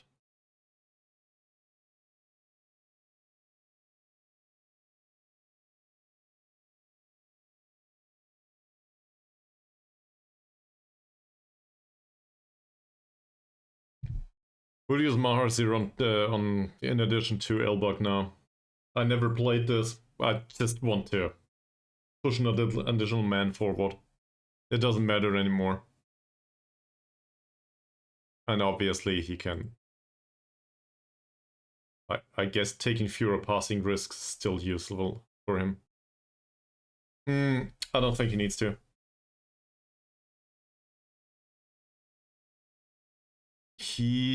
Let me have a look. Never mind, you're correct. So he's better at this as an advanced playmaker. That makes sense. I don't want him to dribble though. He just can't.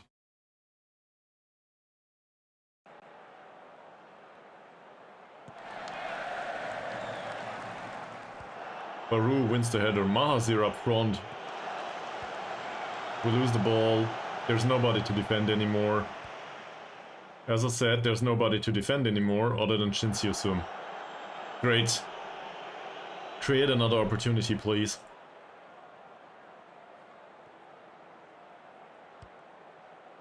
This is the most absurd I ever tried to score, I guess.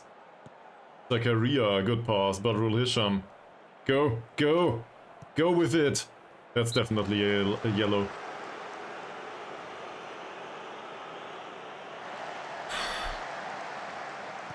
Elbug. Nothing. The goalkeeper was up front, I think. Christopher. This is another yellow, hopefully. Gotta be kidding me.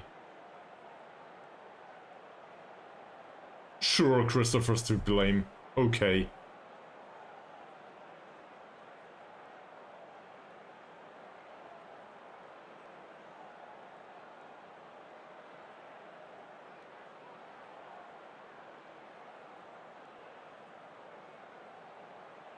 It's bruised foot. We'll ignore this. Can you go away, please? Shin Soo-sum is there. Baru. That's useless. Ahmad loses the ball. Oh no. Oh no.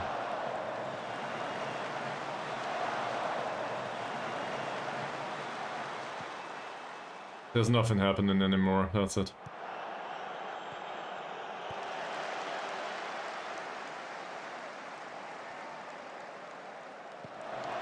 That was close.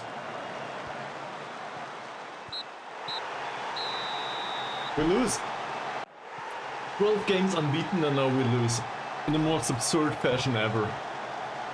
By basically giving them 2 goals. No chances whatsoever otherwise. Then creating a ton. With a wonderful dribble by Christopher. But in the end it comes to nothing. 14 shots, 5 on target, and we just gifted it to them.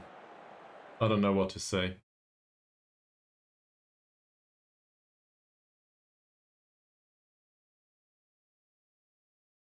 Did they? Did they?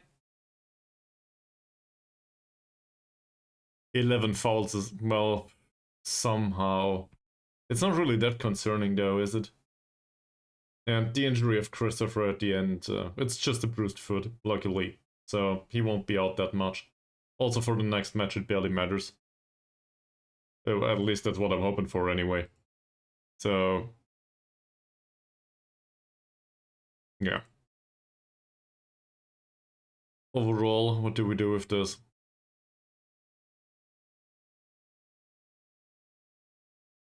But maybe we just don't have that many fouls. So it's more about... I don't even know what this means. Give me a second.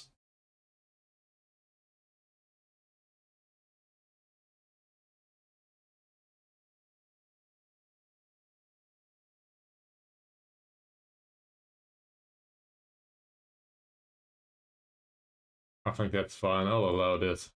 not that hard. Well, I won't, because I think our head of youth development does the press conferences. So I won't really do anything about that. I'm just not bothered by press conferences anymore. I'm not sure if I should be annoyed by this. The performance overall wasn't that bad, with the exception of the 2 goals conceded.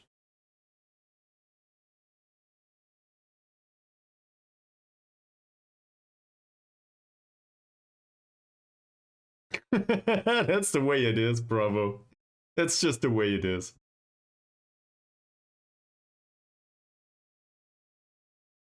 I'm not happy about this. I think it was unlucky in a way. I hate saying it was unlucky, but I think it is what it is. Like, sometimes this stuff happens. So if it doesn't happen the second time in a row, no problem. If it does happen in the next match, then I will be pissed. For sure. And I will not touch any other one. You do? You want to blame me for not playing him as an inside forward, don't you? No, I think there's... The issue is that I signed him in the first place. I think we were way too excited by the fact that we could sign foreign players, and it doesn't make sense. Like, I put the... This is the case of putting the cart before the... No. The cart before the horse. That's the way to phrase it. Sorry. So, this is the case though. We tried to sign foreign players, not for a particular intent other than signing foreign players, and that's stupid. We should sign foreign players if they improve the quality of the squad. Like, not just sign them because we can. And he doesn't really have high potential either, it seems. So, at the end of the season, he's probably gone. We'll loan him out and that's it. Sure. Well done.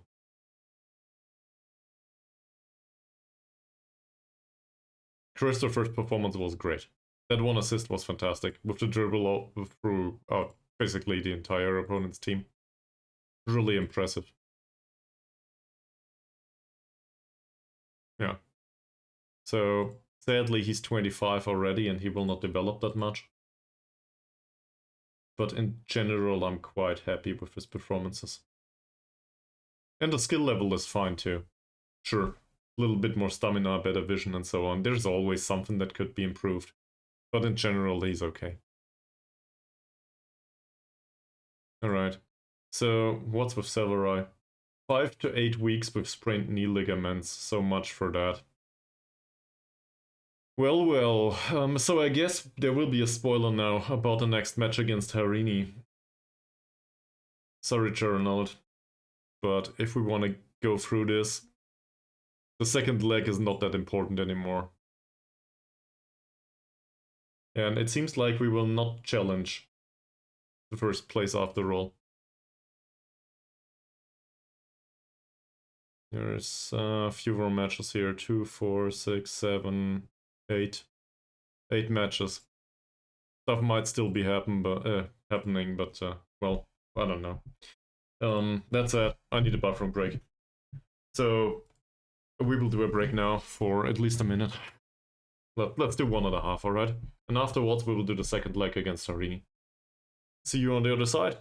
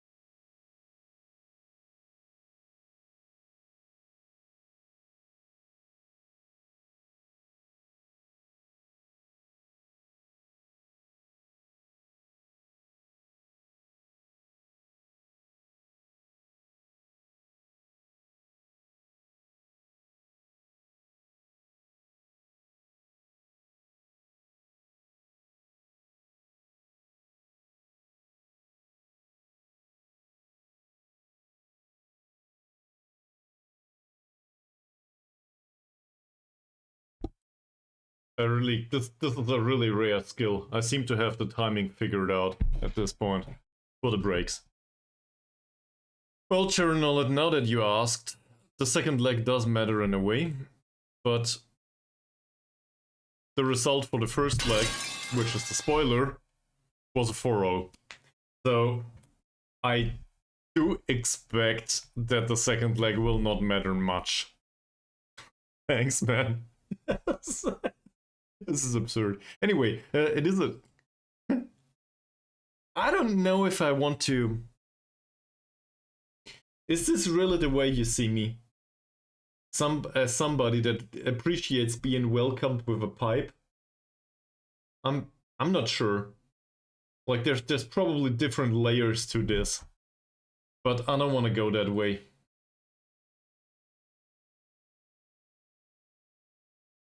Yes, actually he can, yes. No problem. We could play him. On the other hand, we still need to make it through this match. And it's in 4 days. So throw them all out and we will see about it.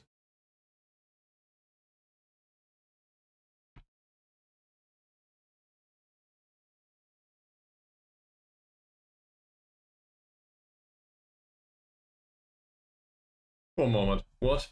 Club offers 0 for a player. I say okay, but I want 25% of next sale. They say no, they don't want him.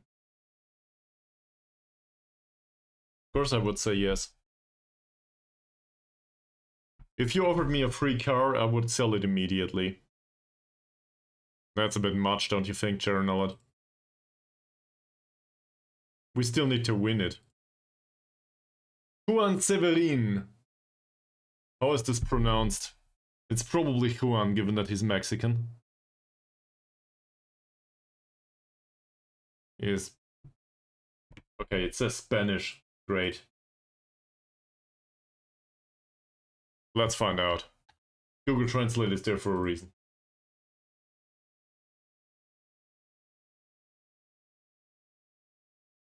Juan Servín. Juan Servín. Juan Servín. Okay, so it's Servín. And it's Juan, not Juan. Juan Servín. Thank you very much. Servín. At least that's what Google says, so I trust Google. I'm not Mexican, I have no idea. And neither am I fluent in Spanish. Vamos a la playa! I don't know. That's all I can think of right now. Okay, this is probably a good transfer. We will do this. We spend some additional money on a player that we can't play this season. It will be fine. I'm not even sure if he's around right now. Allow the trial until he joins permanently. Yes, for sure. One match against Harini. To be fair, we kind of devastated them and I'm not sure why. So, you know better. So Google said it's Servín. So it is... What did you write? Servín. That's not that far off, is it? Servín, whatever. Google is correct. Okay. So it's Juan Servín. I probably mispronounced it anyway. He will join on a permanent basis at the end of the year. That is fine, and so for this time we will not need to pay him either. Great. Great. We found a player that has good development potential, really good skill, that is a good player for the Liga Super, and he comes for 130 euros a week. Or something like this. Apparently, yeah. So, this is a steal. This never happened to me. Obviously, the rest of the squad now needs to accept lower wages or increase their skill. Servín. Okay. Thanks. Pronunciation is really hard. So I think we will need to talk to the players though. He trains well. That's good. Perfect morale now. So I guess we wait. We wait until the end of the week, and then we will give them feedback about the last match. This is not good enough. None of this matters to us. I think challenging for the Asian Champions League spot is too late.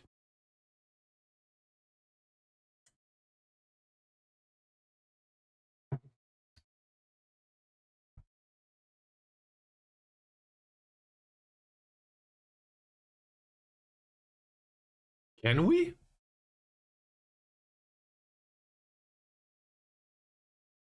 Oh, it's a cup match.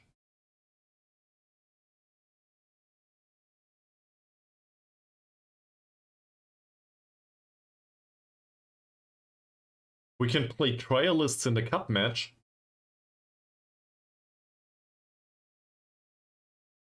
That's weird. He doesn't know how to play as a striker. Well, in that case, I guess we actually will. Because Elbug could need a break. Oh, this is so absurd. Sure, why not? It's definitely more useful than playing, I don't know, who was it? The left back, what was his name?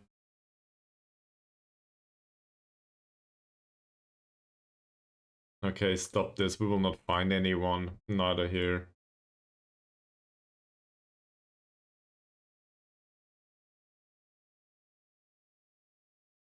Kuala Lumpur City FC are next week. That's probably a bit late for today, though. A bit much. That's what I'm going for. Alright, I don't care. These are two matches of... Well, in fact, I should care. These two matches are cup games in the under-19s, so hopefully they win this.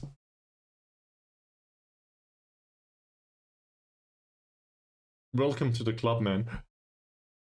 Starting in the cup immediately.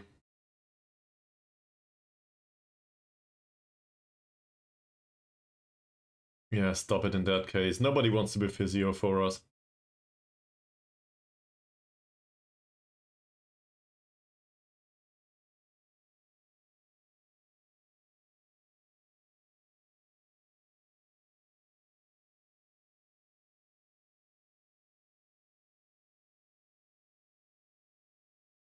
For a fraction of a second, I was really excited, and then I remembered that I know this player. He's on a non-contract. He's a model citizen, and he tries to play way out of trouble. And that's a big concern for a central defender for me. I don't necessarily think he's bad. He's also, as it says here, he's a domestic player. Definitely better than Ahmad. At least from the personality perspective. Well, not by much though. Like, these are two good personalities. But it's yet another signing that I would be interested in a way. But this trade would need to go away, and he won't do that. So Harini is next. We do prepare for penalties.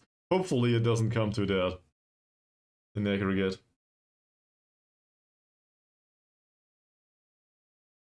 Alright, who has light match load? Mohd Jalil.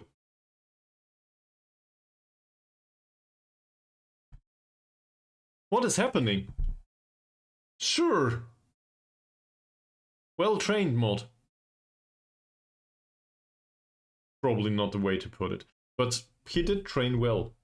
I like that. A lot. I think that's the first time in like 2 years that Mohd Jalil had a decent training rating.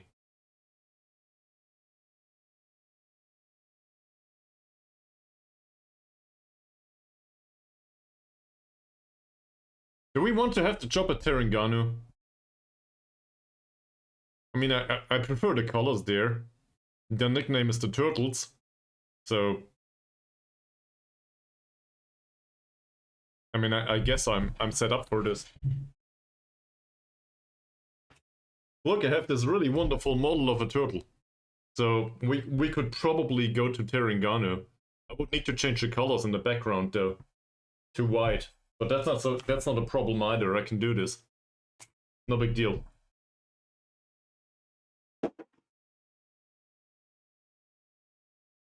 Turtle looks away because he can't stand the fact that I will decline this. I'm not sure. We built up so much. No, no.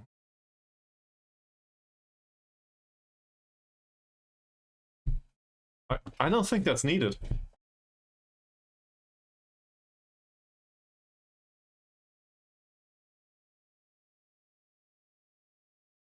We are above them right now. This will not happen.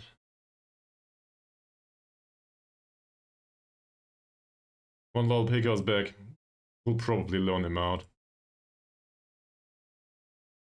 Why did you decline Terengganu's invitation? Because I'm happy where I am. That's one way to put it, yes. I'm actually hoping for some money though, throughout the remainder of the season, starting in this cup match. Well, maybe not this one.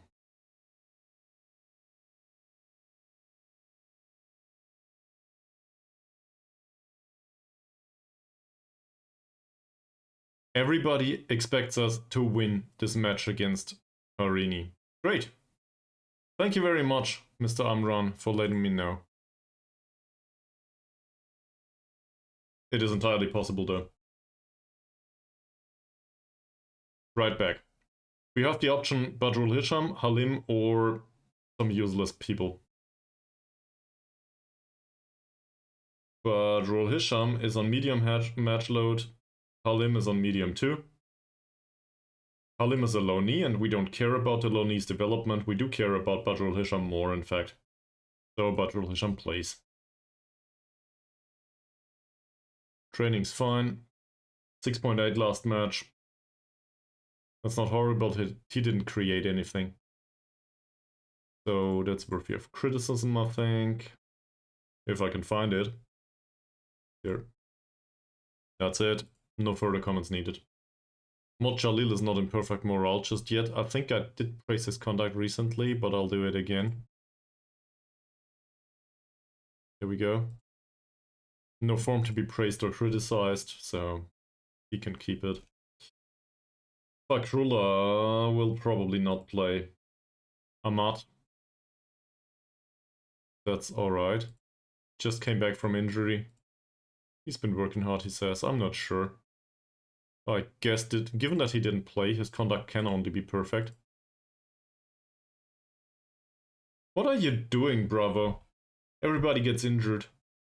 That would never happen to me.